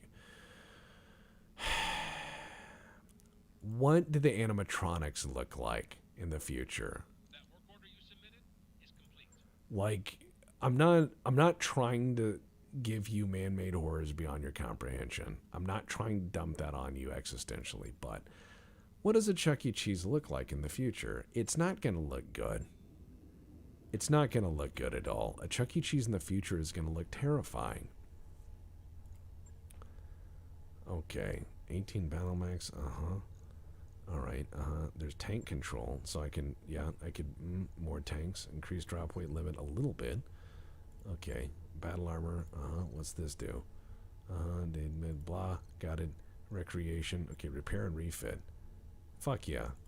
We're gonna get some improved automation on here and try to unfuck this fucking thing. I might actually fix some other parts of it, but we're getting there. We're getting there. Let's see. What are we going to do now?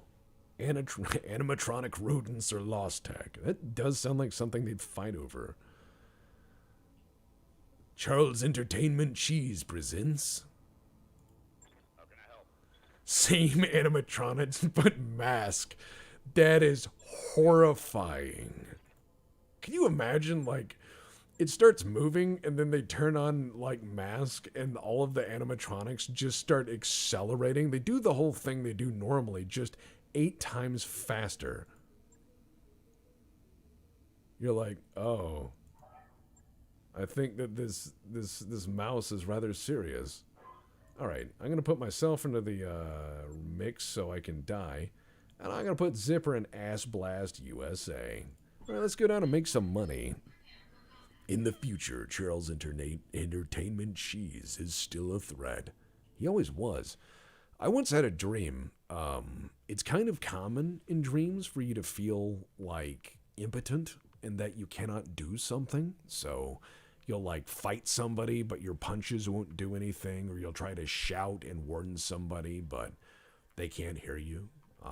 There's a lot of that. There's a lot of that in dreams. You know, you'll try to, like, you'll feel like you cannot quench your thirst and you need to drink water, but it doesn't do anything, or you'll feel hungry but you can't eat. And so I once had a dream where I was working as a security guard, and I was really not sleeping well for a long time. And when I was working as a rent-a-cop or fake and bacon, whichever you prefer, I had a series of dreams where I was in a Chuck E. Cheese, because it was one of the locations we had to check on was a Chuck E. Cheese. It was just like, make sure the door's locked or whatever. Walk into the lobby, check, make sure all the internal doors are locked, then leave. And so I had a series of dreams, where I was chased by the rodent himself, and mag dump after mag dump just did nothing. Like, fluff came out of it, and it couldn't kill it at all. Could not kill it at all. Oh, another one of those weird dreams that you can have is like where all your teeth fall out. If you've had those, or like you're going bald in your dream, like, oh, all my hair fell out or whatever. That's a common thing. That's just your brain being shitty. Your brain will do that.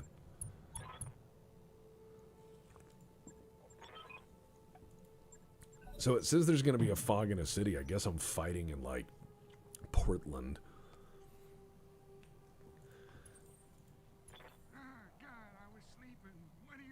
Alright, destroy enemy units. Avoid collateral damage. Avoid collateral damage? I didn't agree to that. What about cars? Nothing for cars. Fuck them. Alright, got it. See, whenever somebody says dial me up some vitamin F, that means fuck it.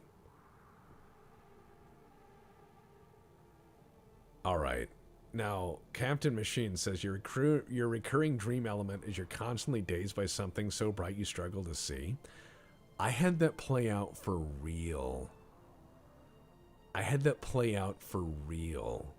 Let me tell you a story, alright? I went to get my eye exam. Now, once they dilate your eyes, how long does it take, would you say, for them to put a shining bright light in your eye. Per eye, how long would you say it would take? Let's think. I'll wait while you formulate that.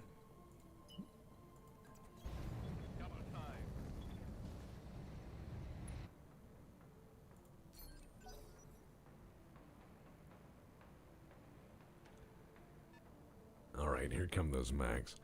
And the answer to it is 15 minutes an eye. So I had like tears streaming out of my eyes. 15 minutes an eye.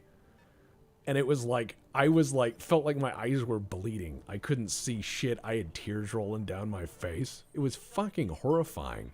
I went home and had like 4 headaches. I was like, what the fuck? I was like, what the fuck? And I asked the guys, like, that normal? And he's like, yeah. Yeah. Yeah, that's normal. I'm like, What is it already? Now, I brought an Arrow 4.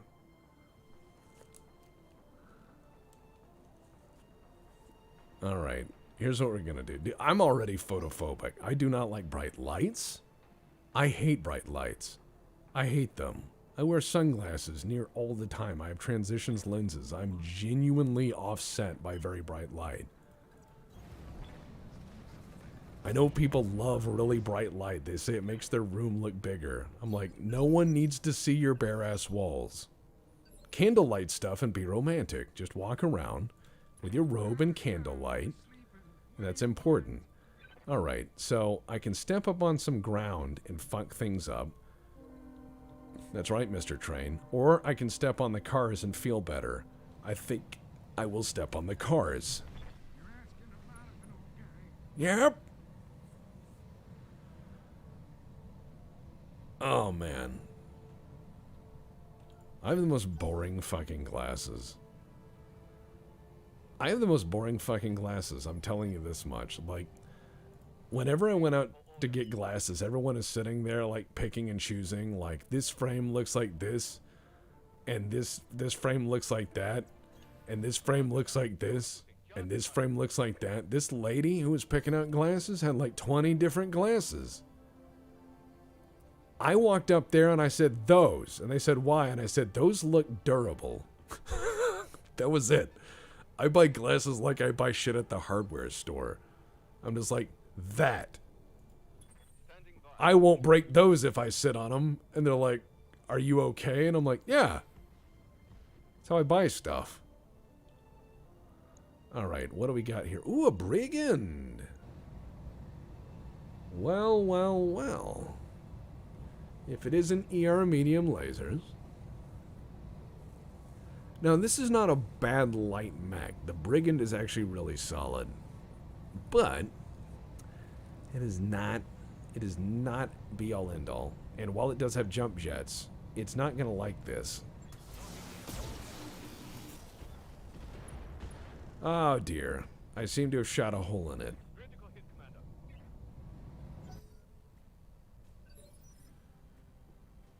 Now, here's a question. You guys out there, believe it or not, are really special. And the reason I'm saying that is because on average, the average streamer, the average retention span, or God, anything, is about 17 seconds. I've noticed most of these names have been scrolling by for like almost 2 hours. So your attention span is pretty remarkable. But what I was going to say is, when it comes down to stuff, I was going to ask a question. Wow, 500 rounds? I got to get closer before I start sandblasting. But anyways, I started blasting. We got to wear, like, aviators. Like, cheap sunglasses don't die. But I was going to ask this. Like, how many of you have gone to the supermarket recently and noticed this trend? And I'm not sure if this is just me getting older. I'm not sure if this is just me getting older or my patience dimming, right? But here's here's the thing. Have you noticed the number of people who will go into a fucking store and they will sit there on their cart and they will stare. And they will stare. And they will stare. And they won't reach for anything. That would be too much interaction. No, they sit there like an anglerfish and they stare. And you're like, you know, I would really like to get past you and to buy any of the items you are near, but that would be awkward, and that would also require me to interact with them. And being an autistic person, or a Let's Play autist, if you will, I can't do that. So I just stare back, and I'm like, please move. Please, select an item. Select any of the items. You don't need all of them. I'm sure if you choose some of the items, some of the items, they will be suitable. I don't understand how people stand there for 15, 20 minutes just in a grocery store, and I am convinced there are a number of people who go to the grocery store to just get away from it all, you know? Like, have you noticed that maybe people are just like going to the grocery store to have a break from people? Maybe, like, it's their socialization now that malls are mostly dead.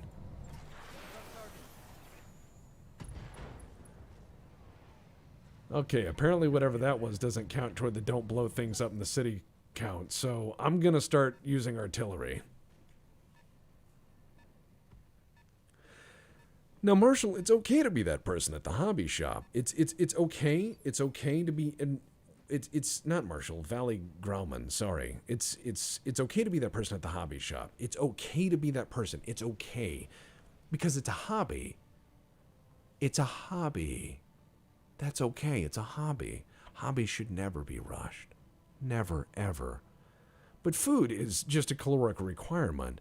And I know people prize themselves on just going, yes, well, this is the best avocado and this is the worst and I blah, blah, blah. And I'm like, no, I don't think so.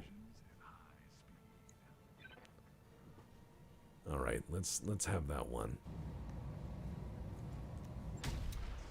I think most things are fine. I'm very boring, but I think most things are fine.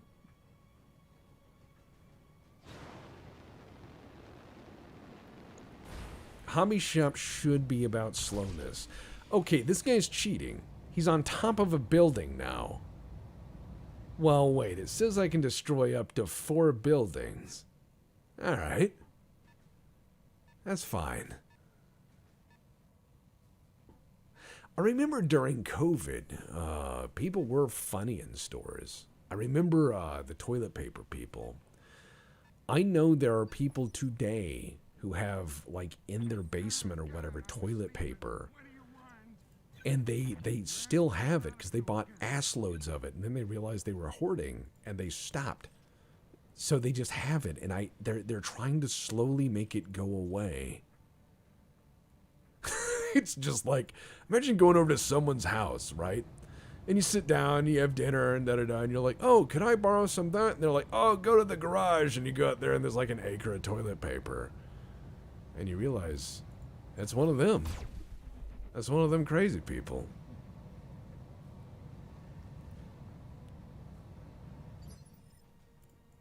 I'm not saying they're all crazy, but people did act funny for a bit.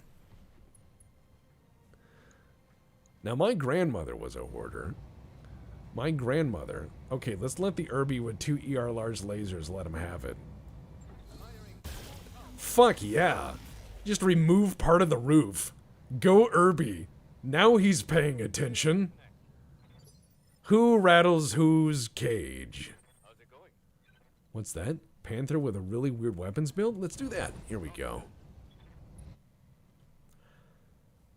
Oh, and I'm fine with someone who's like senior citizen taking their time through a fucking store. By all means. By all means. No rush. What I mean is to say those people who are hale and hearty and normal and go to the store and park. You know what I mean? I've just noticed that. I'm not judging them for it, but it is interesting. So the Irby gave him a warning shot, and then we're going to use all of the SRM6s at once on this person. Now, it says there's only a 3.3% chance, but I don't care.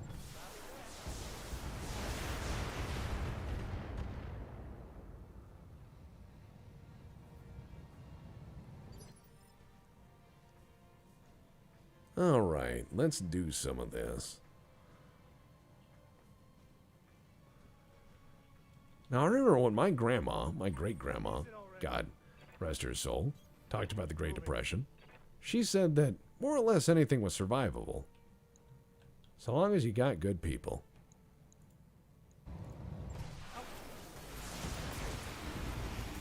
This lady also said, and I quote, "The first 100 years are the hardest. After that, you've got it made." Kind of a troll, that one.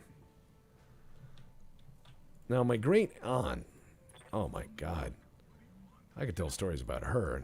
See, she was the last person alive who hated, and I do mean hated, Calvin Coolidge. She was from that era, and no one could know why. She never met Silent Cal. She just really hated him. He'd bring up politics and, "Calvin Coolidge, that son of a bitch." Wow. That person just land and die? That was great. Wow.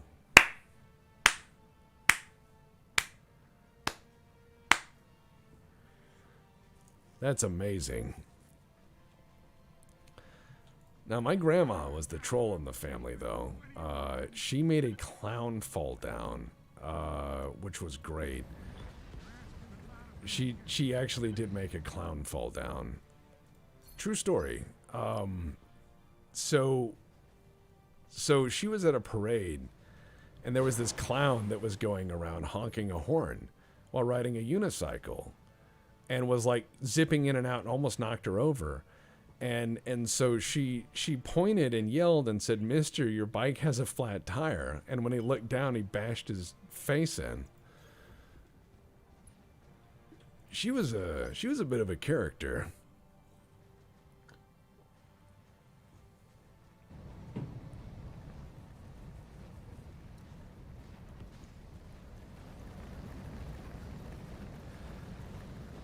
Alright, so they brought a mongoose just to watch it die. Oh wow, you used some lasers. I'll be with you in a minute.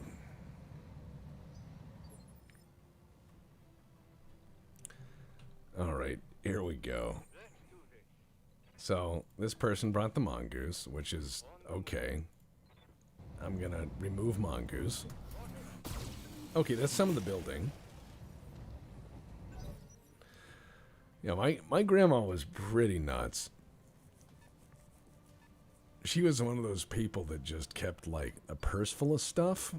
And, like, we're pretty sure that if there was a plane crash and she was on it, you know, she'd be fine. She had enough shit in her purse to survive a war. In her purse, she had a Walther PPK, she had lipstick, she had, you know, like crackers and candy, she had gum, she had just, you know, all sorts of nice old lady things. Certainly full of character. Okay, I get 9 shots, so I'm not going to use the AC-20. Oh, wow, I just shot someone's job. Whoops. I think if I worked in this city, I would be calling the Mech Warriors on the radio and be like, if you can blow up, like, the boss's car on accident, you would be a god here, and we will owe you booze. Please. Alright, so here's what we're gonna do.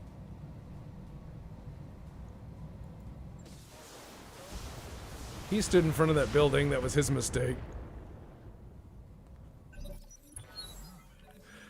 Oh yeah, she had a Walther PPK. She was actually a really good shot. my grandfather made sure that she knew how to shoot. And so, wow, that guy broke a building and that counted toward me. All right, rules off.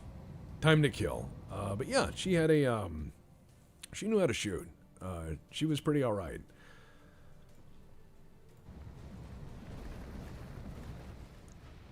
Now, I don't advocate purse carry, but, I mean, it's my grandma. I mean, and yeah, she was kind of a weird character. She believed that everything was solvable with waffles. Like, serious.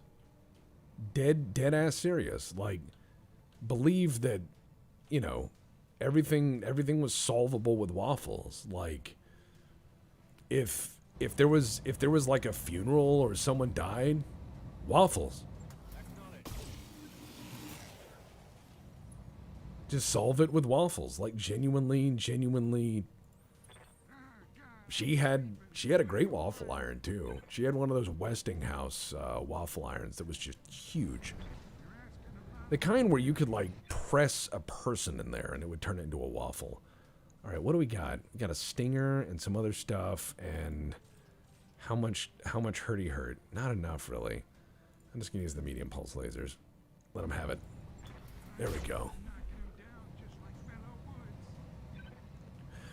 But no, I mean, I think that a grandma should be all about safety and comfort. And so, you know, she had always had crackers and bubble gum and Walther PBK. Seriously, though, don't purse carry a gun. It'll get fluff in there. As a gunsmith, I can tell you it's a really bad idea. Purses are pretty gross. Ladies, clean them out. Dudes who have them, clean them out. Irby, destroy! Oh! I also just probably killed someone in that building behind him. There was someone leaning out that window with binoculars going, let's go see what all the hubbub is, and then just dead. He is just turns into smoke in the window. He's just standing there and he's like, gone.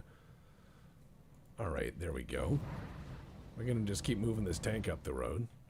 Now he's on a building and I don't like that. But this guy is closer, so he should die first. Yeah, the building just started falling down, Your Honor. Now that was a heavy hit. Oh, man. Gunsmith stories? I can tell a lot of gunsmith stories. Well, one of the things that people don't realize, one of the most common calls a gunsmith gets, is what we like to call box a gun. Now, I'm going to tell you how to avoid doing this. I'm going to tell you how to avoid doing this. Do not become box of gun person. Box of gun happens this way. Someone will buy a gun, inherit a gun, or acquire a gun, and then, once it is in their possession, they will take it apart all the way because they watch something on YouTube or they read a book or something, or they just get curious and they take it apart, and then they start trying to put it back together. And then it gets interesting. Because you'll find that most people, while they have a really good knack for taking stuff apart, taking screws out of things and such is fairly easy. But, yeah, box of gun is one of those things. Now, it happens. Everyone in the industry knows it happens. But my favorite moment is the box of gun excuse. Why it happened. So you'll just sit there, and if someone goes, hey, I just got this gun, I wanted to take it apart, I can't get it back together, could you show me how blah, blah, blah? If someone comes up to me, I will clean it in front of them, and I will do the thing that they should have done from the beginning, which is to get the manual. It comes with the gun. You sit there, you look at it, you go, wow, these are the steps. I will show you how to follow the steps by following them myself, by reading a manual, a guide, or a technical manual, or a technical drawing, and then I will work on the firearm, and I will show them how that's done. The problem is when I show them that I just start reading the manual, they go, oh, I thought you didn't need to do that. And I'm saying, motherfucker, if I need to read the manual, you need to read the manual. I mean, no one is smarter than the guy who designed this thing. If the guy who designed this thing is just like, don't do this, It's not a guess. There are very few Elmer Keiths in this world who should push those thresholds, but good God.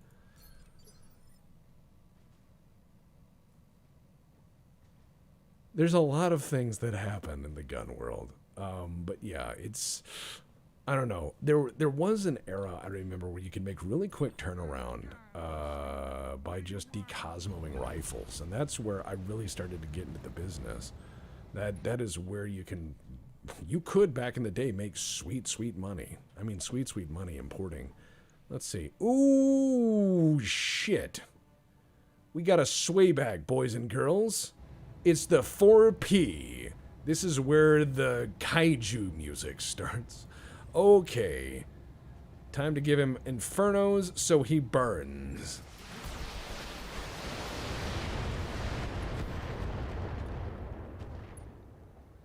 All right, 51 heat. Wow, I just used a fire weapon and my guy said, those orphanages won't burn themselves. I'm like, I can't believe I did that line.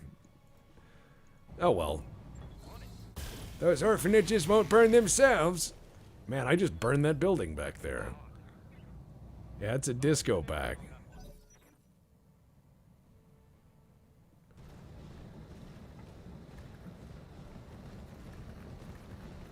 Oh, man.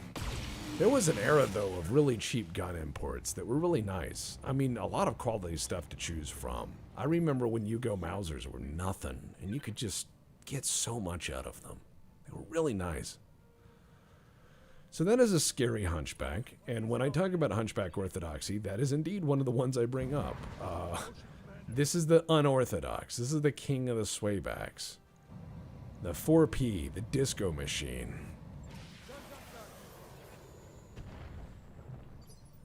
Alright, I'm just going to smash this guy, and I'm going to move in with my discount hunchback. Discount hunchback forward! Now, a Shadowhawk that's up-armored with RL-15s and an AC-20 is really dumb, but that is definitely a periphery machine.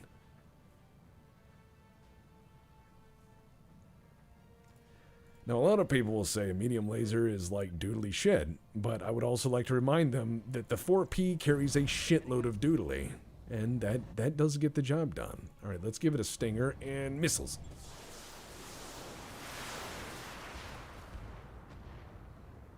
Man, I'm gonna fuck some people's buildings up.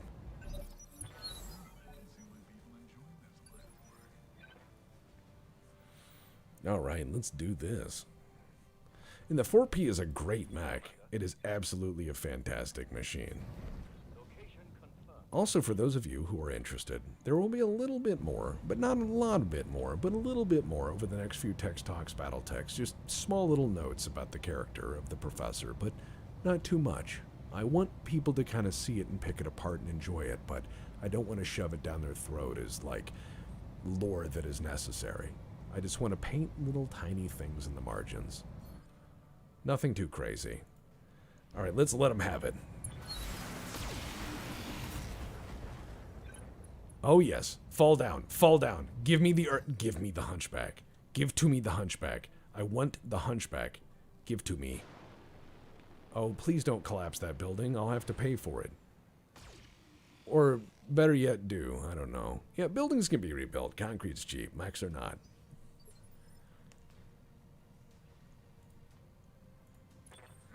Alright, I need to get that hunchback down. I need to set him on fire, and that is what a Raven is for right now.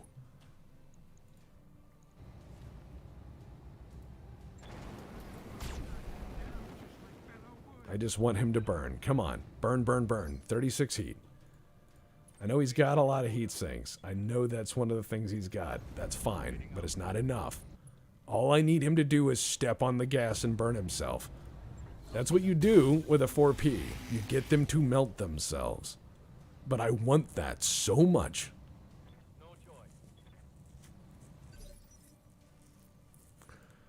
Beeples. Alright, Chaparral, here's what we're gonna do. Collapse the building, why don't you?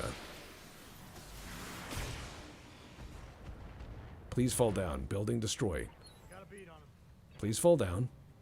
Building destroy. He's unsettled. If he falls down and the building crunches him, this will be great. Alright, I'm just going to try to keep circling and shooting at this guy. Alright.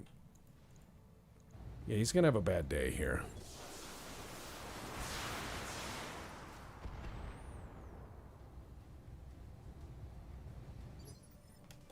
He's having a bad day. Alright. Let's go get this discount Shadowhawk over there. Get this going. That was the cleanest arrow forever, I know. Right at fart distance. Alright. That's a tough building. We here at Periphery Building Corporation only build the finest in periphery buildings.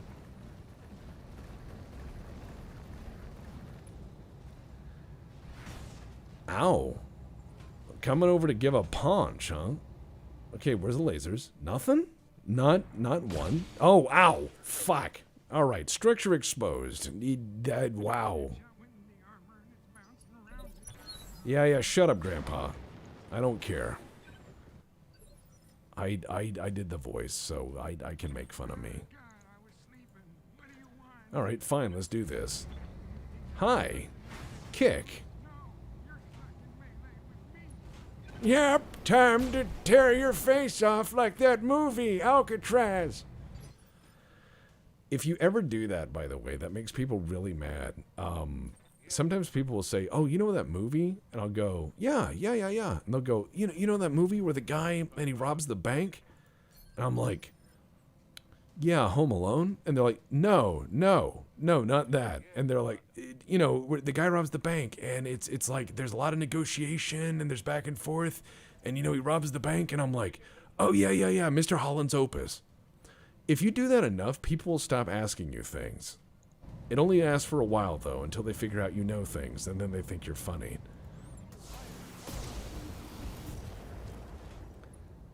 Alright.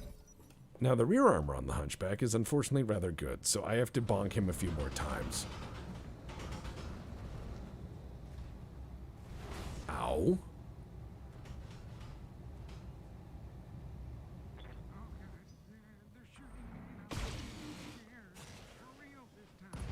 Oh, God.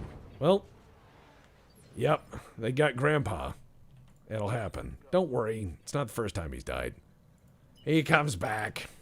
They usually stick him a few times with a needle, but he comes back. He'll be fine.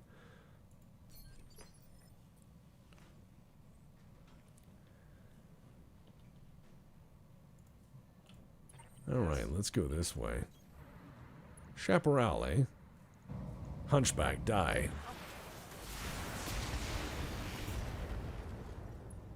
Let him have it. Alright. I'm finally in range to test my thesis, which is, can this kill a Hunchback? Answer asterisk. Asterisk. Hunt AC 20 on. Everything on. You know what? Let's do this.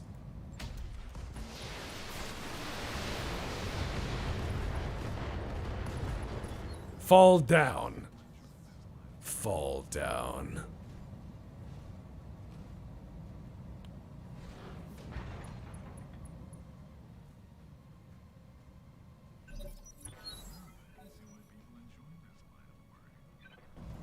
Alright, there we go. Uh-oh. Don't worry about Grandpa, he'll be fine. Now we just need to clap this last guy. Alright, one more bad person, and that's it. We're gonna send the worst urban mech ever made forward. Stomp, stomp, stomp. There we go. Happy little Irby. He shot at things. He's helping. Alright, let's see. Seems like you wish to be destroyed. I can arrange for this. Death. Yes. Well.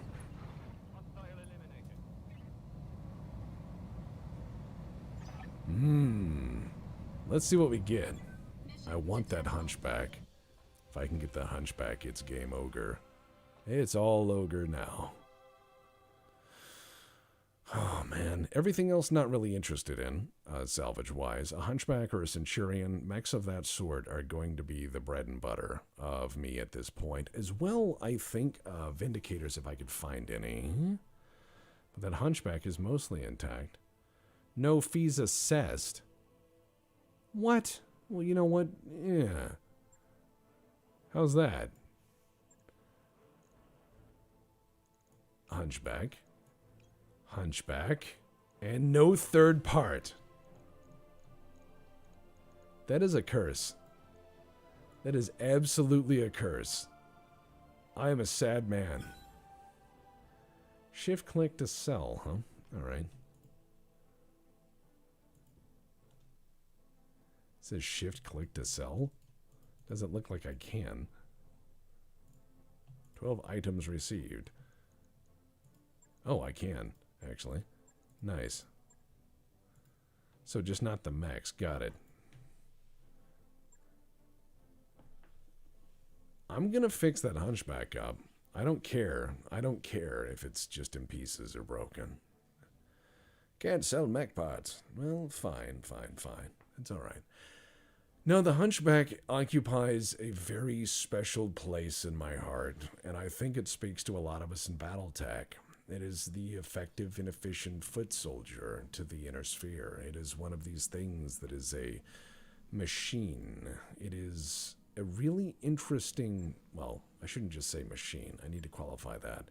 It is an enduring reminder of a lot of things. And it's really, really cool because of it. It's an interesting machine in Battletech because it's always there in the background. It's always something interesting. It's not just a mech.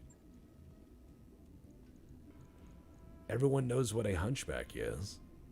Everyone's seen one. Worse yet, actually. Not only that. Actually, I'm going to get rid of this fucking raven. Not only that, but... yeah, scrap it. There we go. I'm going to scrap you as well. Excellent. But when it comes down to... oh,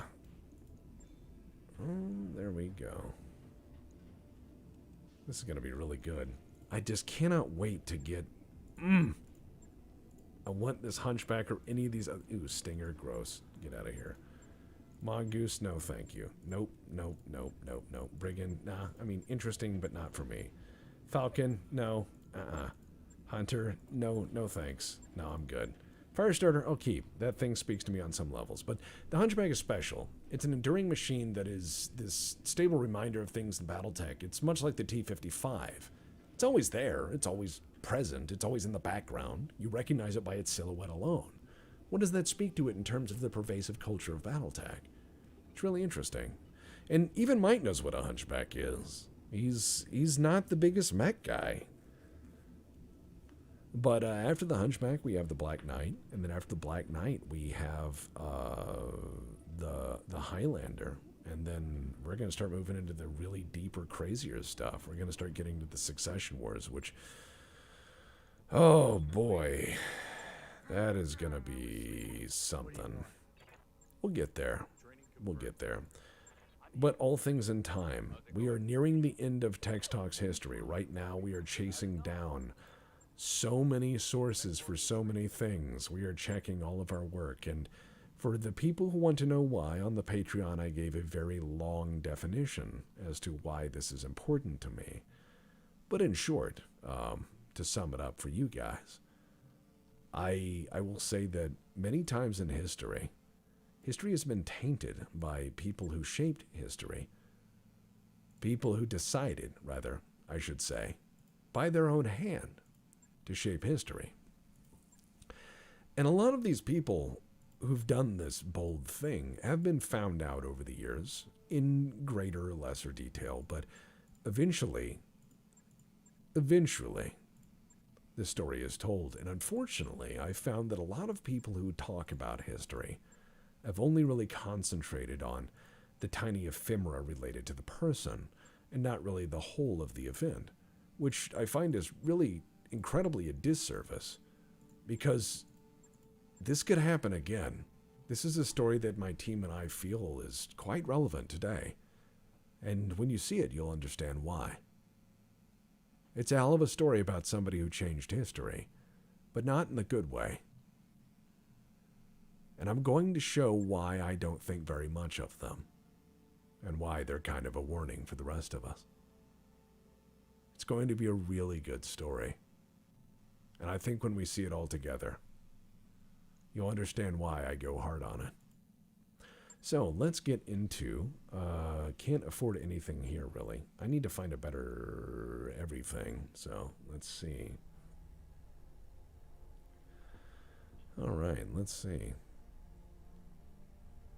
What should we do? I mean, we've got some better fixed mech bays. We can definitely fix things up, which is great, but I just can't afford anything here. I'm gonna need to get this shit also operational. I need more things. Standing by. Yeah. What? No. Oh, cool, a tanker. Fuck yeah. Are they useless or Ulysses, is the question. Ready for They call me Carver, because I like tacos. Wait, what? New mech warriors available. I don't have a very good MRB rating. It's probably based on how bad I am at this. But it's a good story. It's a really good story, and I think you guys will like it. I hope you guys really appreciate it, because my team and I have a belief that we need to constantly try new things. We need to constantly work and develop and show people what we can do, and it's very, very, very silly to sit still and turn your work into a factory, or to try to batch at it as quickly as possible to change the latest trend. And I think you'll see it when it comes out. I think you'll enjoy it. So I'm going to do one more mission, and then that'll end the day. Let's see. Annual battlefield training. Free a group of prisoners. No. Okay, what do we got? We have, what's this? Refuse to back down. They call themselves Killbox. Go there and deal. Okay. This is just somebody. It's just somebody with a nice mechs. You may only field one mech for this mission. Okay. So if I just build something really stupid, that could be great. Alright,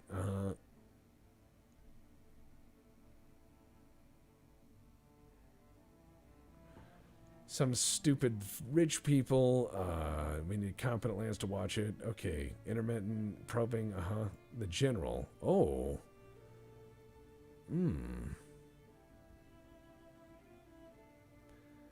Magistracy of Canopus, huh?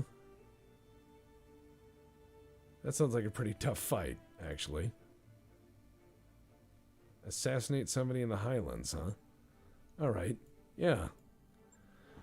Let's go get disowned by Canopus, boys and girls. Oh, cool, a Hetzer. Hetzer gonna Hetz. Okay, so I get a Shadowhawk, that. Grandpa's back. Excellent. Let's see. I'm gonna put Grandpa there. There you go. Let's deploy. So here's what's kind of interesting about Battletech. A lot of people have asked me about all this Canopus Catgirl shit, and I'm gonna tell it to you honest. I mentioned it once on a stream, and people have had a lot of fun with it. But Catgirls are from one picture of one source book. It's literally one picture, and it's a performer. Obviously, it's a performer obviously putting some stuff on for a show, and there's a lot of other attachments there for cybernetic stuff like cat ears and cat tails and like mermaid stuff. And it's obvious that this is just stuff in Canopus. Like, this is just obviously prosthetics for the stage show. And a lot of people have taken that to mean like genetically engineered cat girls are a thing in the setting and gone down that huge route. And I'm like, no, you should probably read the Canopus source book. It's a little different than that. It's a magistracy. I mean, it's run by chicks, but it's more like the movie Heavy Metal. You know what I mean? It's pretty cool, but it's like 1980s power culture cool. You know, like everyone looks like they belong in a biker bar.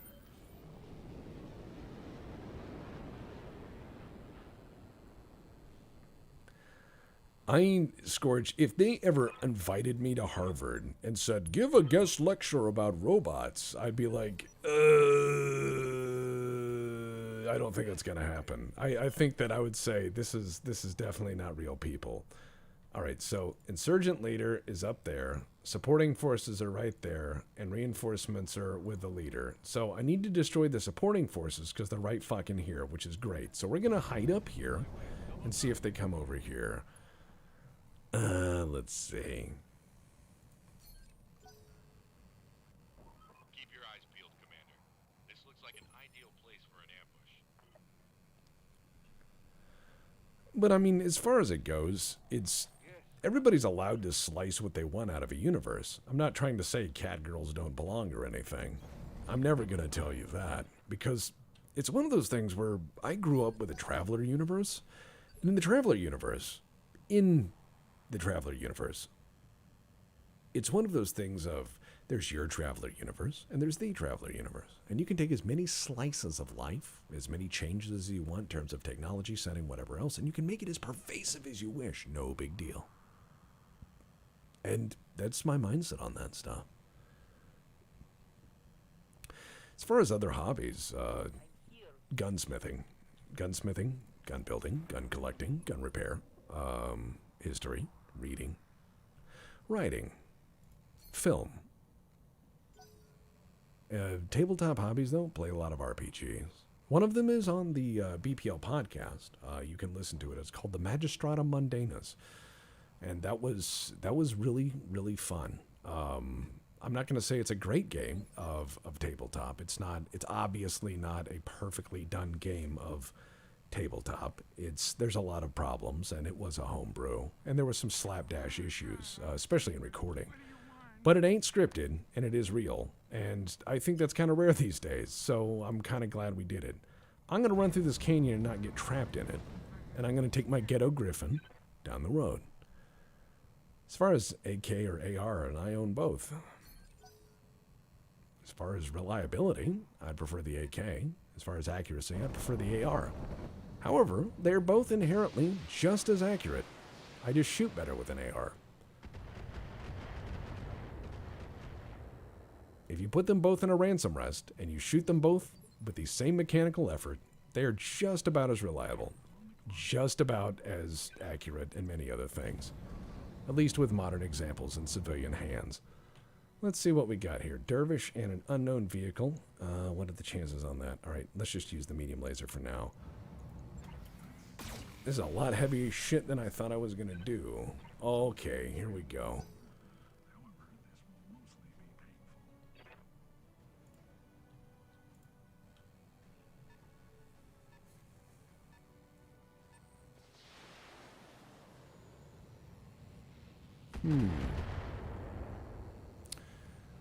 Shadowhawk, huh? What is it already? Yeah, I agree. What is it already? I'm in a box canyon. I need to run. Let's roll. I need to run.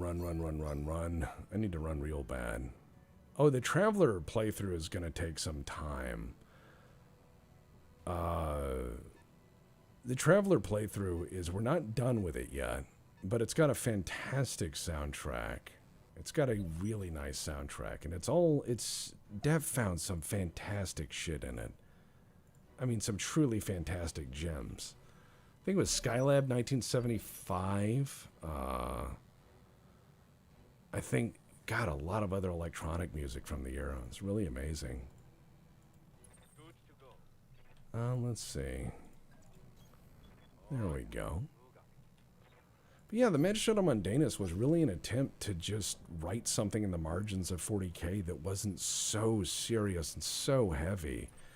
And originally I wanted to do something like L.A. Noire with some funny parts, but it ended up being a lot more, because of the party, ended up being a lot more like Tales from Police Squad, which is more than fine. I just rolled with it. I really, really changed the way I did things. But it was fun in the end, and that is the most important thing, really. Let's see. Alright, let's take this dervish down. I need to kill that dervish bad. I need to knock him down a few pegs. Okay, the Hetzer wheeled assault gun is not going to make it through this. I'm just telling you that right now. I know some people are going to be really upset at that. And Night Hamster, thank you. But I'm just going to say that this Hetzer's not going to make it. The Hetzer is going to go in there and someone's going to step on it. And as soon as it does, there's just going to be a blap. It's going to be bad. But yeah, the Traveler's another great damn universe I love, really. I really, really love Traveler as a universe. Because it's a universe where they make an Imperium seem like an Imperium, but it's not overly oppressive. It's just largely indifferent to what the players are doing. What the players are doing and achieving are on a scale that is just absolutely bonkers and batshit. You'll find that the Imperium is so vast and big in Traveler that news never travels from one end to the other. Or if it does, it's insane. It never does. It's just one of those things. You have to bootleg information across the Imperium by more or less carrying it, one jump at a time. Okay, so they brought a Vulcan. Interesting choices. Alright, here we go. And I know there's a lot of better tanks than the Hetzer, but this is what I got. And what you got is the best thing ever. Okay, a Vulcan, huh? Okay. Let's get this guy to pay attention. Okay, so we got a Vulcan, a Dervish, we got a Predator tank destroyer. Now that is a problem. That is certainly a problem.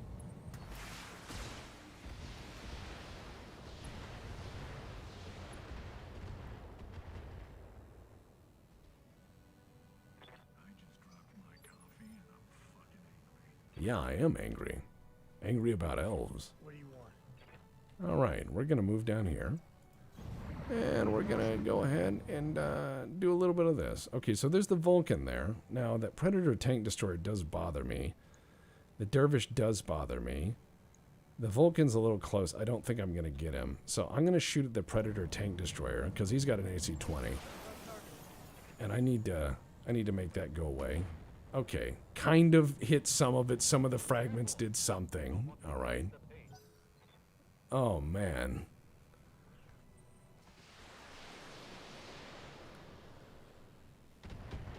Ow, ow, ow, ow, ow, ow. Stop.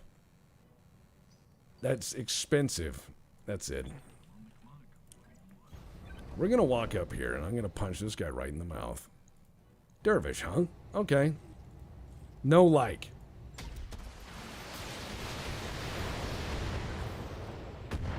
You know, when the game has to think about it, that's how you know it's good. Alright, so structure exposed. Certainly sandpaper through that. And I wouldn't mind taking a Dervish home. That's a nice slice of pie here. Now, there is still a leader out there, which means I could be facing, like, an Atlas or whatever else the game thinks is reasonable. And don't worry about the number of likes. I'm sure there's plenty of people here who are real, who will hit thumbs up, but they don't have to. That's not required. YouTube is not going to listen to that. I mean, good God, if your fucking subscription works, I'd be surprised. Oh wow, the Irby hurt. Yeah, he's unsettled. He just got murked by Irby. Alright, let's see. You know what? Let's let him have it. Hi, I'm a panther. Ow, that hurt. Good day. Please fall down. Actuator destroyed. Uh-oh. Fall down. Womp, womp. So, that's one problem handled. Another good bonk ought to handle that. And then I'll need to peel off the rest of their forces.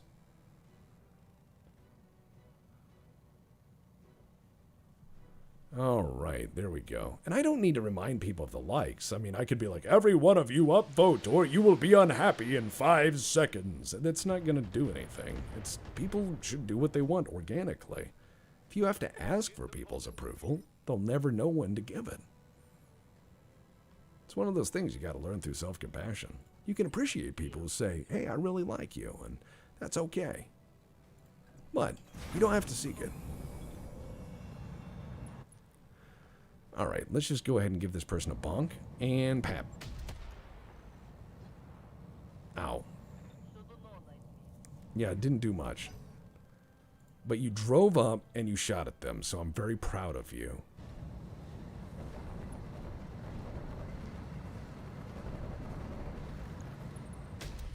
Wow. Shot back into the Griffin. Ass blast USA. I can't believe that. It is time for bonk. Ow. How dare you? Good day.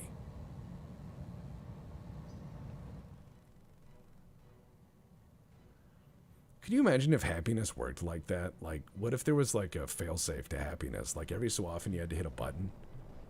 Oh wait, that's addiction. Never mind, never mind. I just realized what I said. That's horrible. Says the man who has fought that his whole life.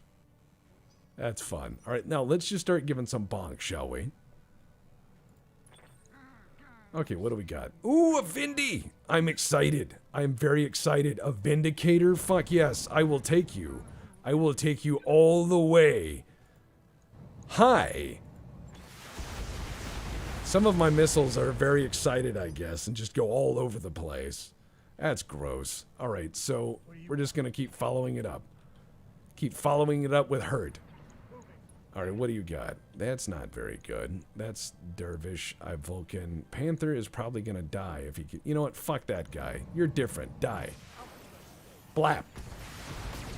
Don't trust a tank that follows, you know, planet-side physics. Look, I need to take that Vindicator because they brought it here, Pablo. They brought the Vindicator and I want it. I believe in, I think that's fine. I think you're allowed to say takesies, you know, you're allowed to say I wish this. Now that Dervish has fallen down and I'm going to blow him up. Look. And he's not dead? Maybe he's dead. Maybe he's not. Nope, he's not dead. He had to think about it. He had to sit there, smoke a cigarette, tally some things up. Wow, not much of a Dervish stands up. What's he gonna do? You gonna shoot back? You gonna shoot back with your guns? No? You're gonna walk backwards and think about what happened? Now you're on fire. You didn't think you'd be on fire today, did you? Alright. Shoot back. Go ahead.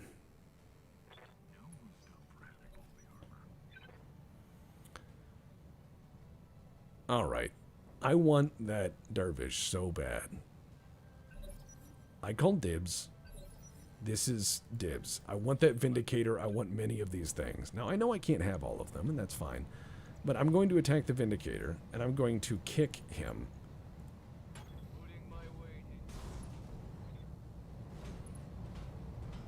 Not the Vindicator, the Vulcan. Good God. There you go. See, that's why the Vulcan's not that great. All I gotta do is tap it once. It's a Vulcan in Battletech is a lot like, I would say, having an old rusty car. It gets in a car accident, you hit it once, and it just turns into dust.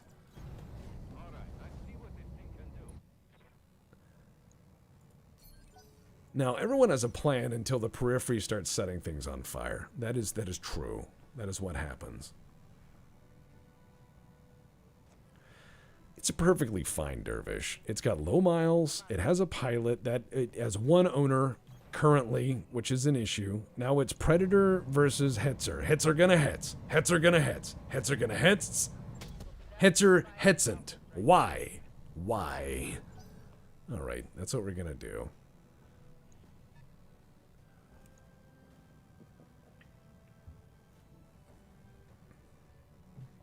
All right, let's see.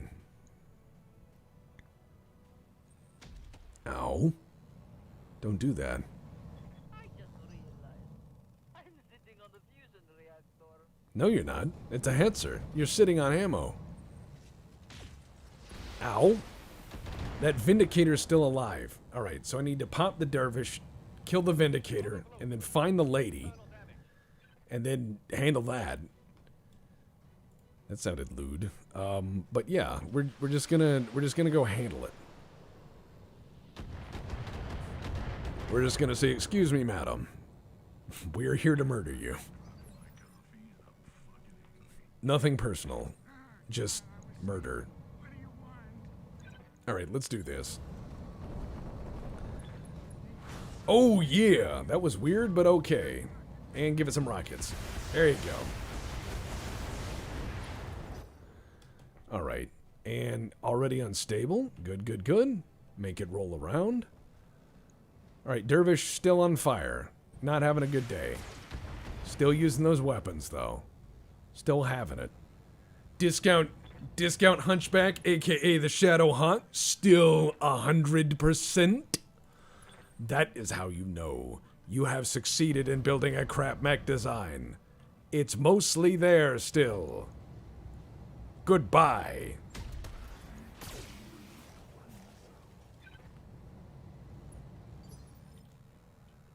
Alright, JJ Beeples. Let's go ahead and just run you back here with your chaparral and hide in the corner. And then I think that I'm just going to go ahead and hit that guy one more time.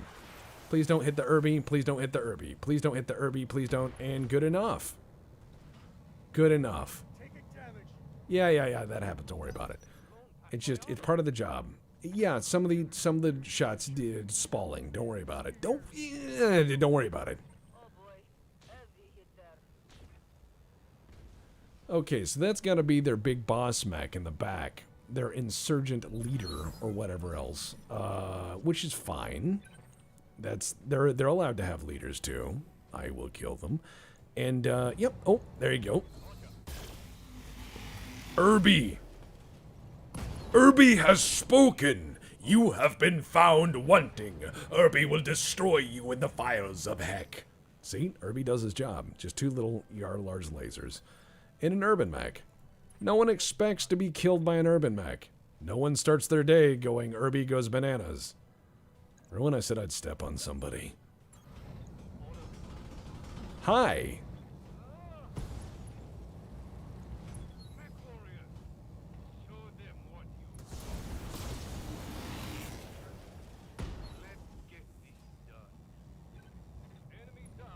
Not salvageable. Well, an explosion that cool, I understand. Alright, let's get this Vindicator. I want it, you want it, we want it. Let's do it. Goodbye. Holy crap, you did something. Wow. Fall down. Just start practicing. Good lord.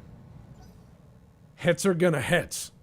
Hets are gonna hets. One shot, knocked out. Good job, Hetzer. A javelin? Please tell me that's not the leader. I will be very disappointed.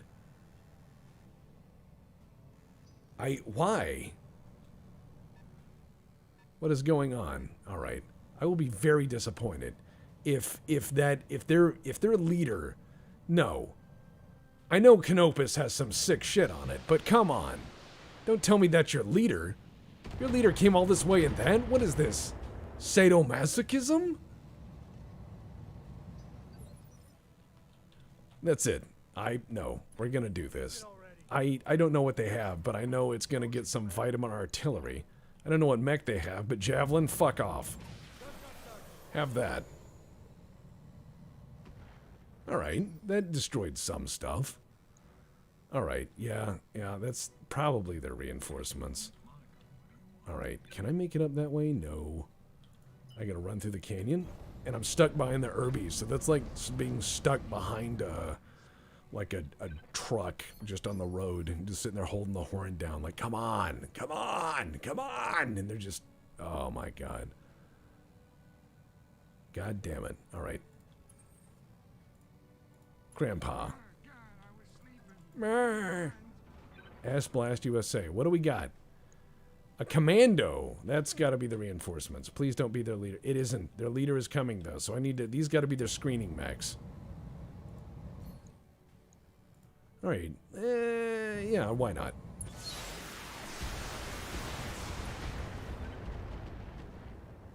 The leader will be obvious. They will be in an Irby.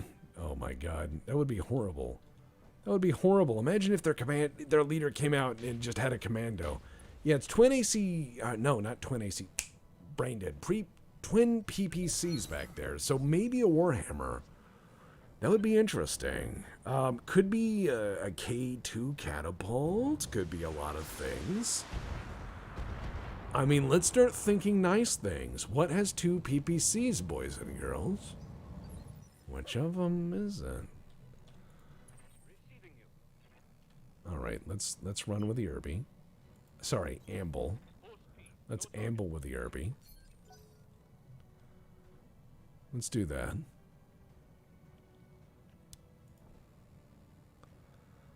Twin PPCs and an LRM-15. It's a Shadowhawk. I don't know. It could be a few different things. We don't know tonnage either. So let's figure that out.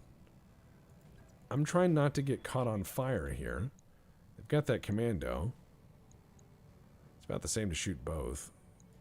I'm going to just let... Yeah, there we go. Okay, we have other mechs coming in. Not many. It's going to be good, though. All right, let's make this happen.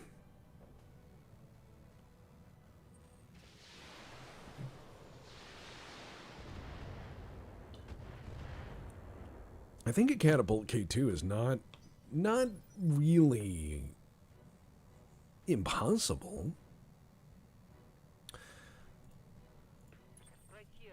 All right, we're gonna just run as fast as we can with our little... Oh my God, Hetzer's not going up that hill. Go, Hetzer. Scoot away. Go, Mr. Frumple. That's its name now. Mr. Frumple, the Hetzer. Ooh, if it's an Uziel... That would be nice.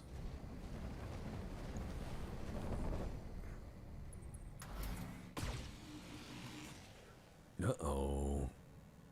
Alright, if I can start pulling back and start feeding them arrow 4, this will be nice. Alright, I'm going to try to fall back a little bit while maintaining contact. There we go. Okay, that commando. Yeah, I have no chance to hit him at all. There we go. What do you want?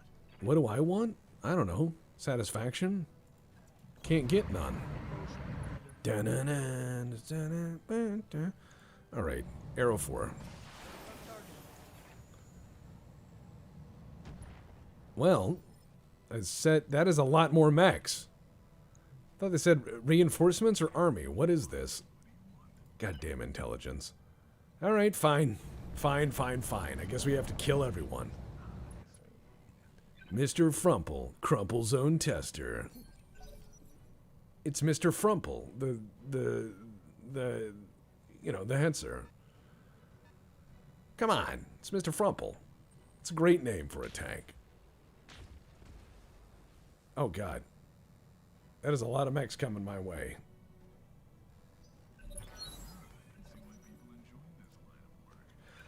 Alright, so here's what I'm going to do is I'm going to keep falling back. I'm going to force them to run through the flames and the fire, and I'm going to shoot the shit out of them as they come over here. And eventually I'm going to find out what they have, but that commando is on fire, and he seems not to give a fuck.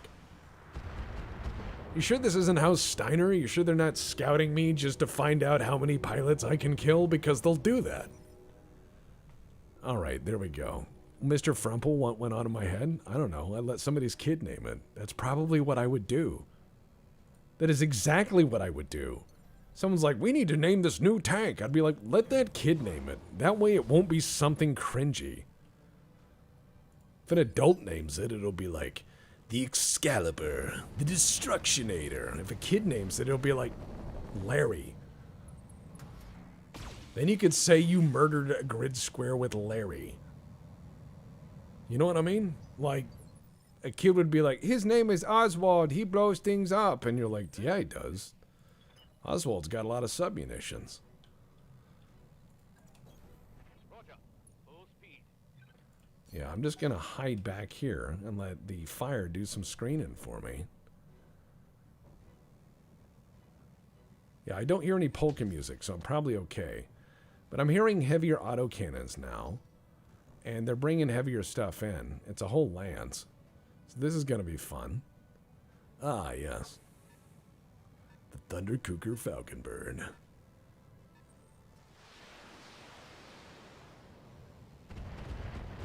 Oh boy, it's going to hurt.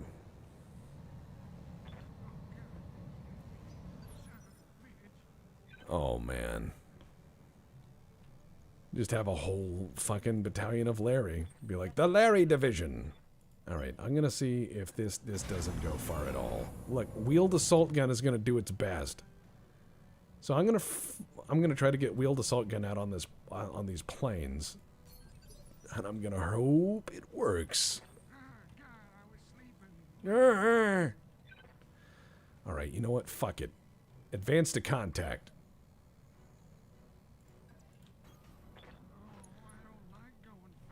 Alright, what do we got? Commando? Uh-huh. Hollander. Wow. Javelin and a javelin. I don't know what that is. But wow, that is amazing. They brought up a Hollander? Okay. Fuck him.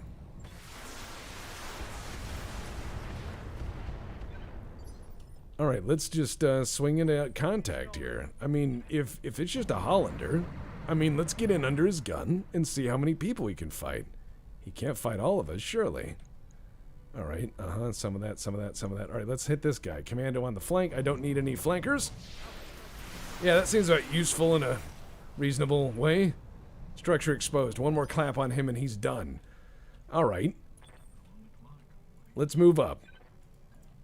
We're going to bring up that Shadowhawk. He'll be in range next time around. We're going to keep pushing. Now, we're going to have a round or two of hellacious damage incoming. They have a Hollander. That is a weird Hollander. What do we get? Warhammer. You guys called it. It's a 6R. Warhammer 6R.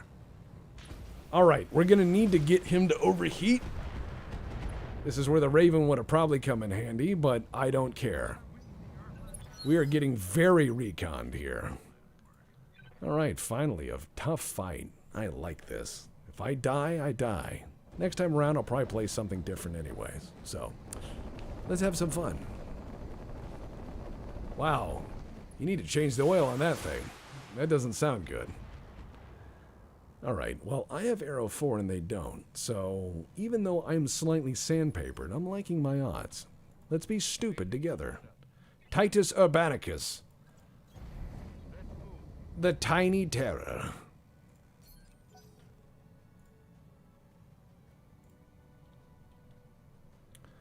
Alright, come on. Okay, Javelin. They don't realize that I can just continue to pelt missiles in a tighter and tighter area. This is going to be nice. Alright, Warhammer, huh? I had an episode on you. It was okay. So, here we're going to do. We're going to do dee-dee-dee-dee-dee. And then we're going to go here. Let's see, Commando. Yeah, we could probably kill him. Let's do it.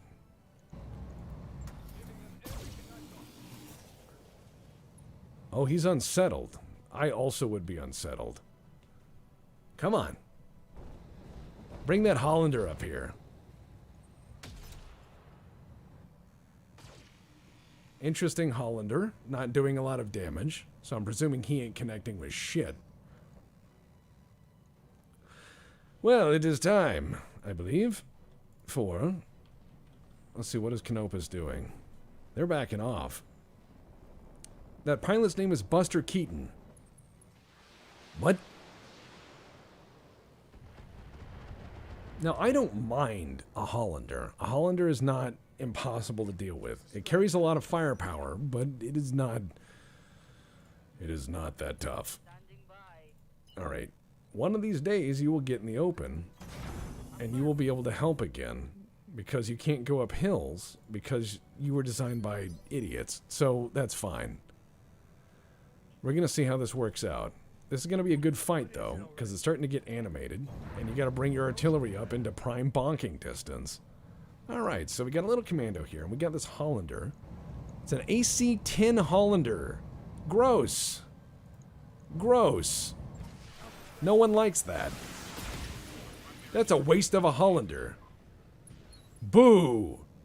Boo that man. Boo that man. Boo that man. Alright. We're gonna move up. It's time to do work. I see the target. I'm pretty sure I can blap them. Unless they have one really good range or one really good round of artillery or anything else, I think I can get them. Alright, I'm in range. Let's see. 38%, 38, 28, blah, blah, blah. You are way not good. Okay. Let's hit that Warhammer.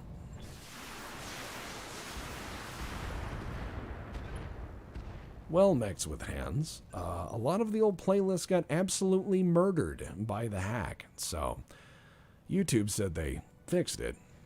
They did not.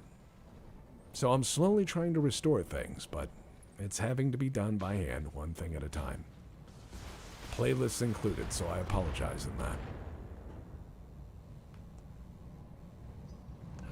But I'm very disappointed they brought that Hollander. If they brought any other Hollander, I might be backing off right now. But I am going to latch onto this.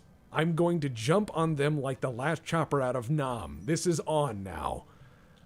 I don't care if they out-ton me, out-mech me, or anything else.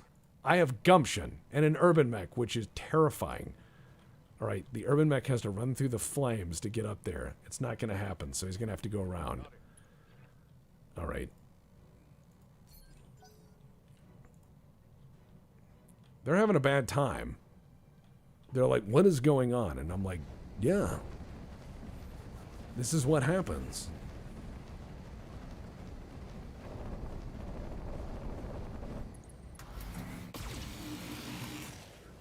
Oh yes, please. Please, shoot at me some more. You guys don't even know with whom you are fucking. This is the periphery.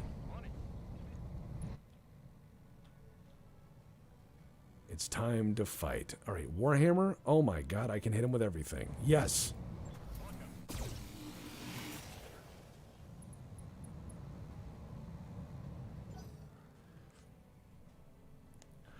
Alright, let's see. Warhammer 6R. I mean, I'm beating that guy up, but it's not enough. That is a really, really, really tough mech. Oh, man. Let's do this. I know you're taking damage. That's your job.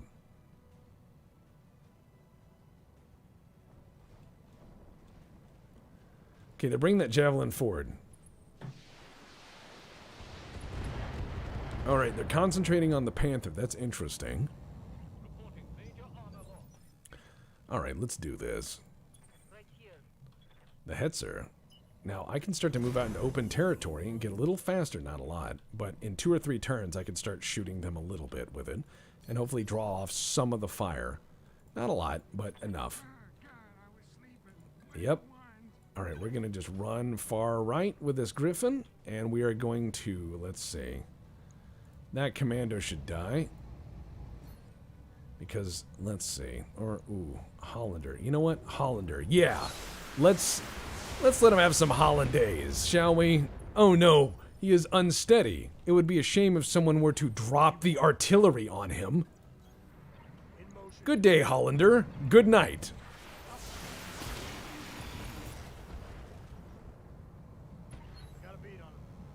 And don't worry about being afraid about games like Xenonauts, Door Fortress, any of those other things. You can absolutely, absolutely, absolutely play and master any of those things and 1,000 other games. Nothing's too hard. Do not believe any of that elitist bullshit of, oh, it's really hard, you wouldn't get into it. Bullshit. Play a game. If the game dev made it, you can play it. Alright, let's fight this Warhammer. Oh, that is not good. Let's getting in there.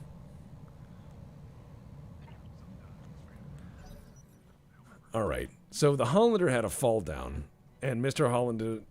Hollander's opus has not yet rung out, so I don't think we're going to be in trouble. Yet. And I do intend to return to RimWorld at some point. I enjoy RimWorld as a game, but I like Dwarf Fortress more, and I find that when all of my mods break in RimWorld, I go play Dwarf Fortress. And then when Dwarf Fortress feels like I plateaued or I don't know what I'm doing or I'm an idiot, I go back to RimWorld. It's kind of nice. RimWorld, I would never play vanilla, though. Dwarf Fortress, I can play vanilla forever. Different games. RimWorld is great to mod. Dwarf Fortress is a pain in the ass. But they're both good games, just different.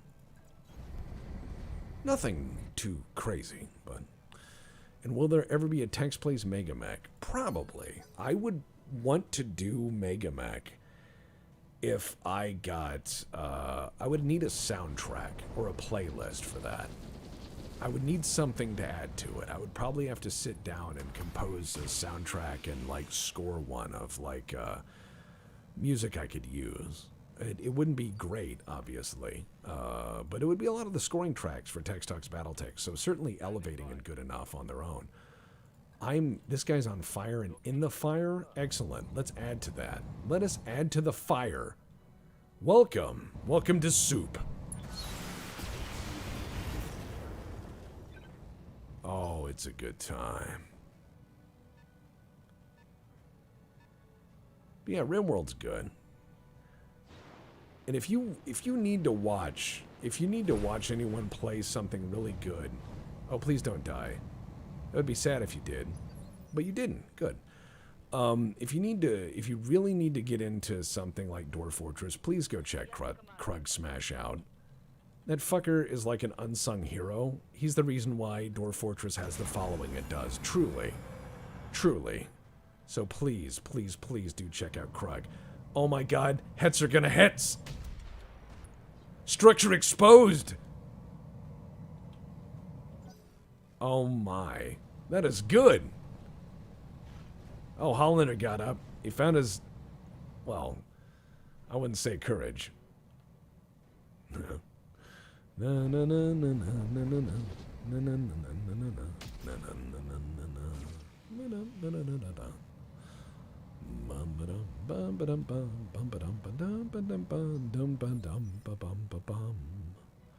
All right, so let's go ahead and keep running.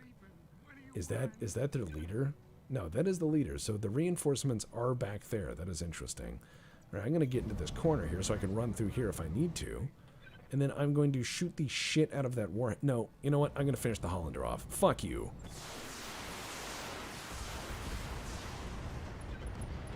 Oh dear. The left torso's destroyed. Goodbye. Welcome to the ground, asshole. Everyone do a salute for bringing the wrong Hollander. All right.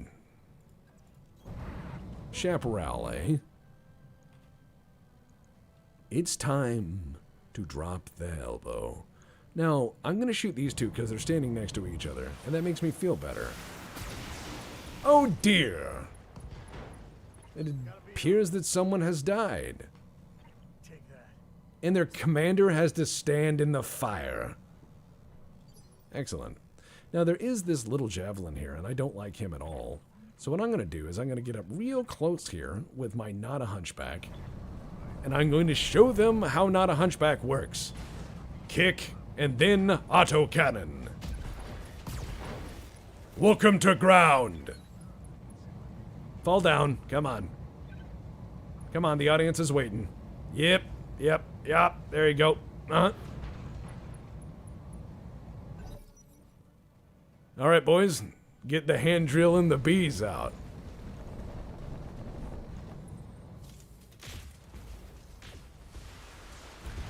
Now, if you're going to do a charger in terms of wrestling stuff, you have to find somebody who speaks to you. Now, I'm a Macho Man guy. Some people are Ultimate Warrior people. Looks like the Canopus pilot's going home to count their money or their coke or whatever. But, yeah, I would say whatever speaks to you. I'm a Macho Man guy. I can quote Macho Man all day. You know? Too hot to handle, too cold to hold. It's one of those things where that lyrical rhyming style is almost Petey Wheatstraw. It's almost Dolomite. It's almost Rudy Ray Moore. It's certainly a callback to a different era. I'm certainly more Macho Man in terms of my likes. But I know some people are like really into Iron Sheik. He was probably the greatest heel there ever was. The guy was a real wrestler. He could actually kick everyone's ass.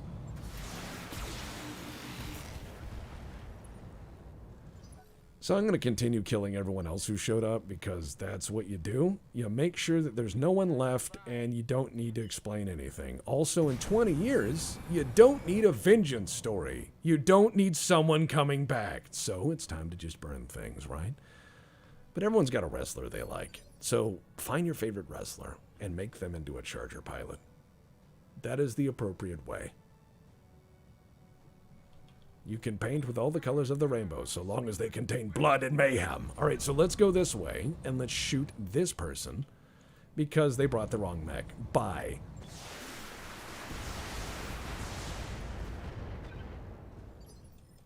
And he's almost down. What else? Oh, they brought an urban mech! We can have an Irby fight. Not that I will, because I have missiles, and I can just do this. It's like, the missile knows where it is. Wait for it. Uh-huh. Panic level critical, I'd say so. You brought a lot more mechs than I had, and then I beat the shit out of each and every one of them, one after another like a Jackie Chan fight in a ladder factory. Let's do this.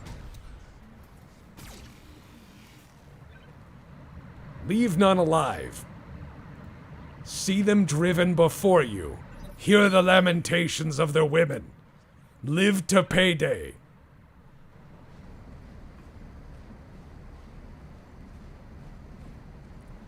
What's this guy's deal?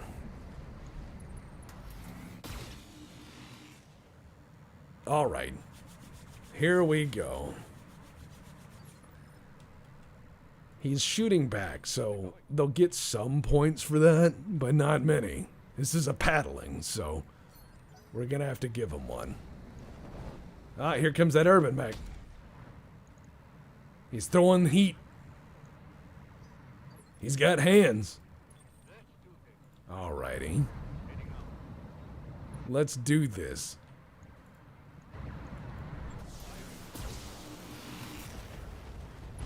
Oh no! Do you too wish to see the ground today? Yes, you do. Alright, Canopus, you picked this fight. Now it's time to empty the litter box. I didn't want to start it, but you made me get the spray bottle. Next time, get a scratching post.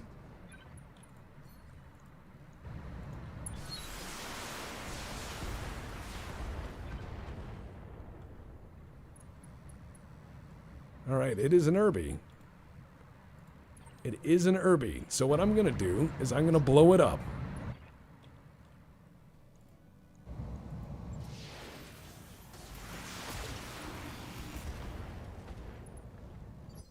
Alright, Irby. You're here, I'm here. We know this is a problem. Goodbye. No? No, just enough to let you know I exist, huh?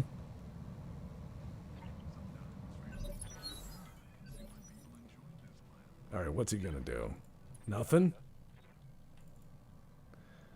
My urban mech is barely making it. It's getting there.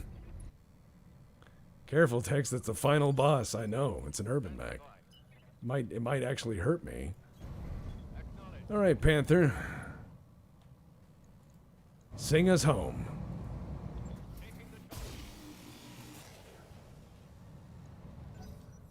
Nope. The Irby is on fire. Shot went wide. He is stressed. Nope. They gave up. They just had to run forward to shoot before shitting their pants. They had enough. They were like, oh my god. This is too much. The tacos are too spicy.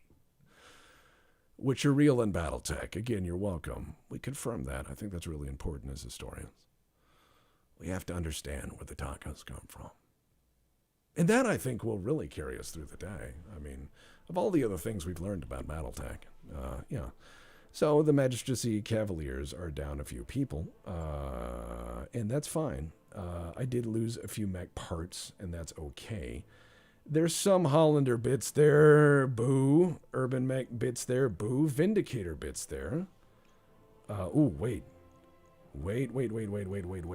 Warhammer. All 3 parts of a Warhammer. Well. Look who has too much firepower now. We've got a Warhammer. Oh, yeah. It is time. See, we've broken the game already. We've acquired far more firepower than is responsible, and now we're going to package it into a nice little box. And we're going to use it.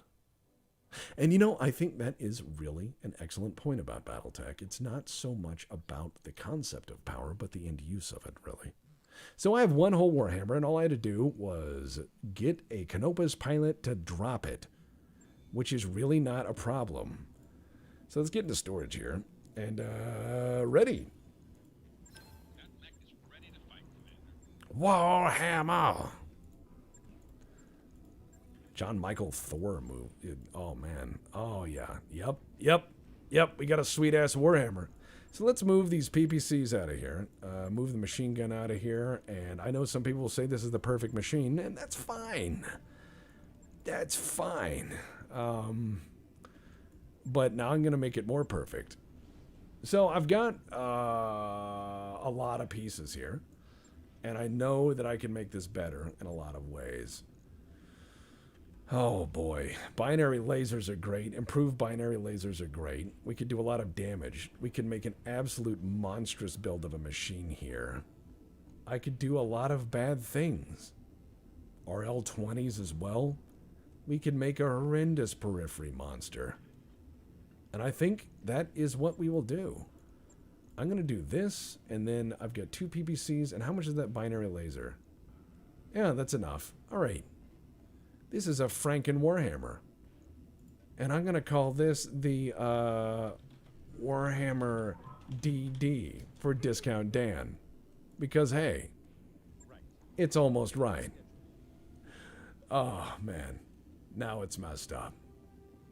At any rate, guys, I just want to say that that'll about do it for this stream. I just wanted to let you guys know that I do appreciate you guys checking in. I do appreciate you guys really supporting a channel like this, and as well, especially in times that are difficult. I know things are crazy out there, and I know you have a lot of choices when it comes down to content generation and the sort of things you support. So I thank you for endorsing our fun, sort of crazy way of doing things, and supporting the films that will be coming out this year. Text Talks history soon, and mark my words, it will be something truly special. Ta-ta for now. Please take care of each other, and stay safe out there.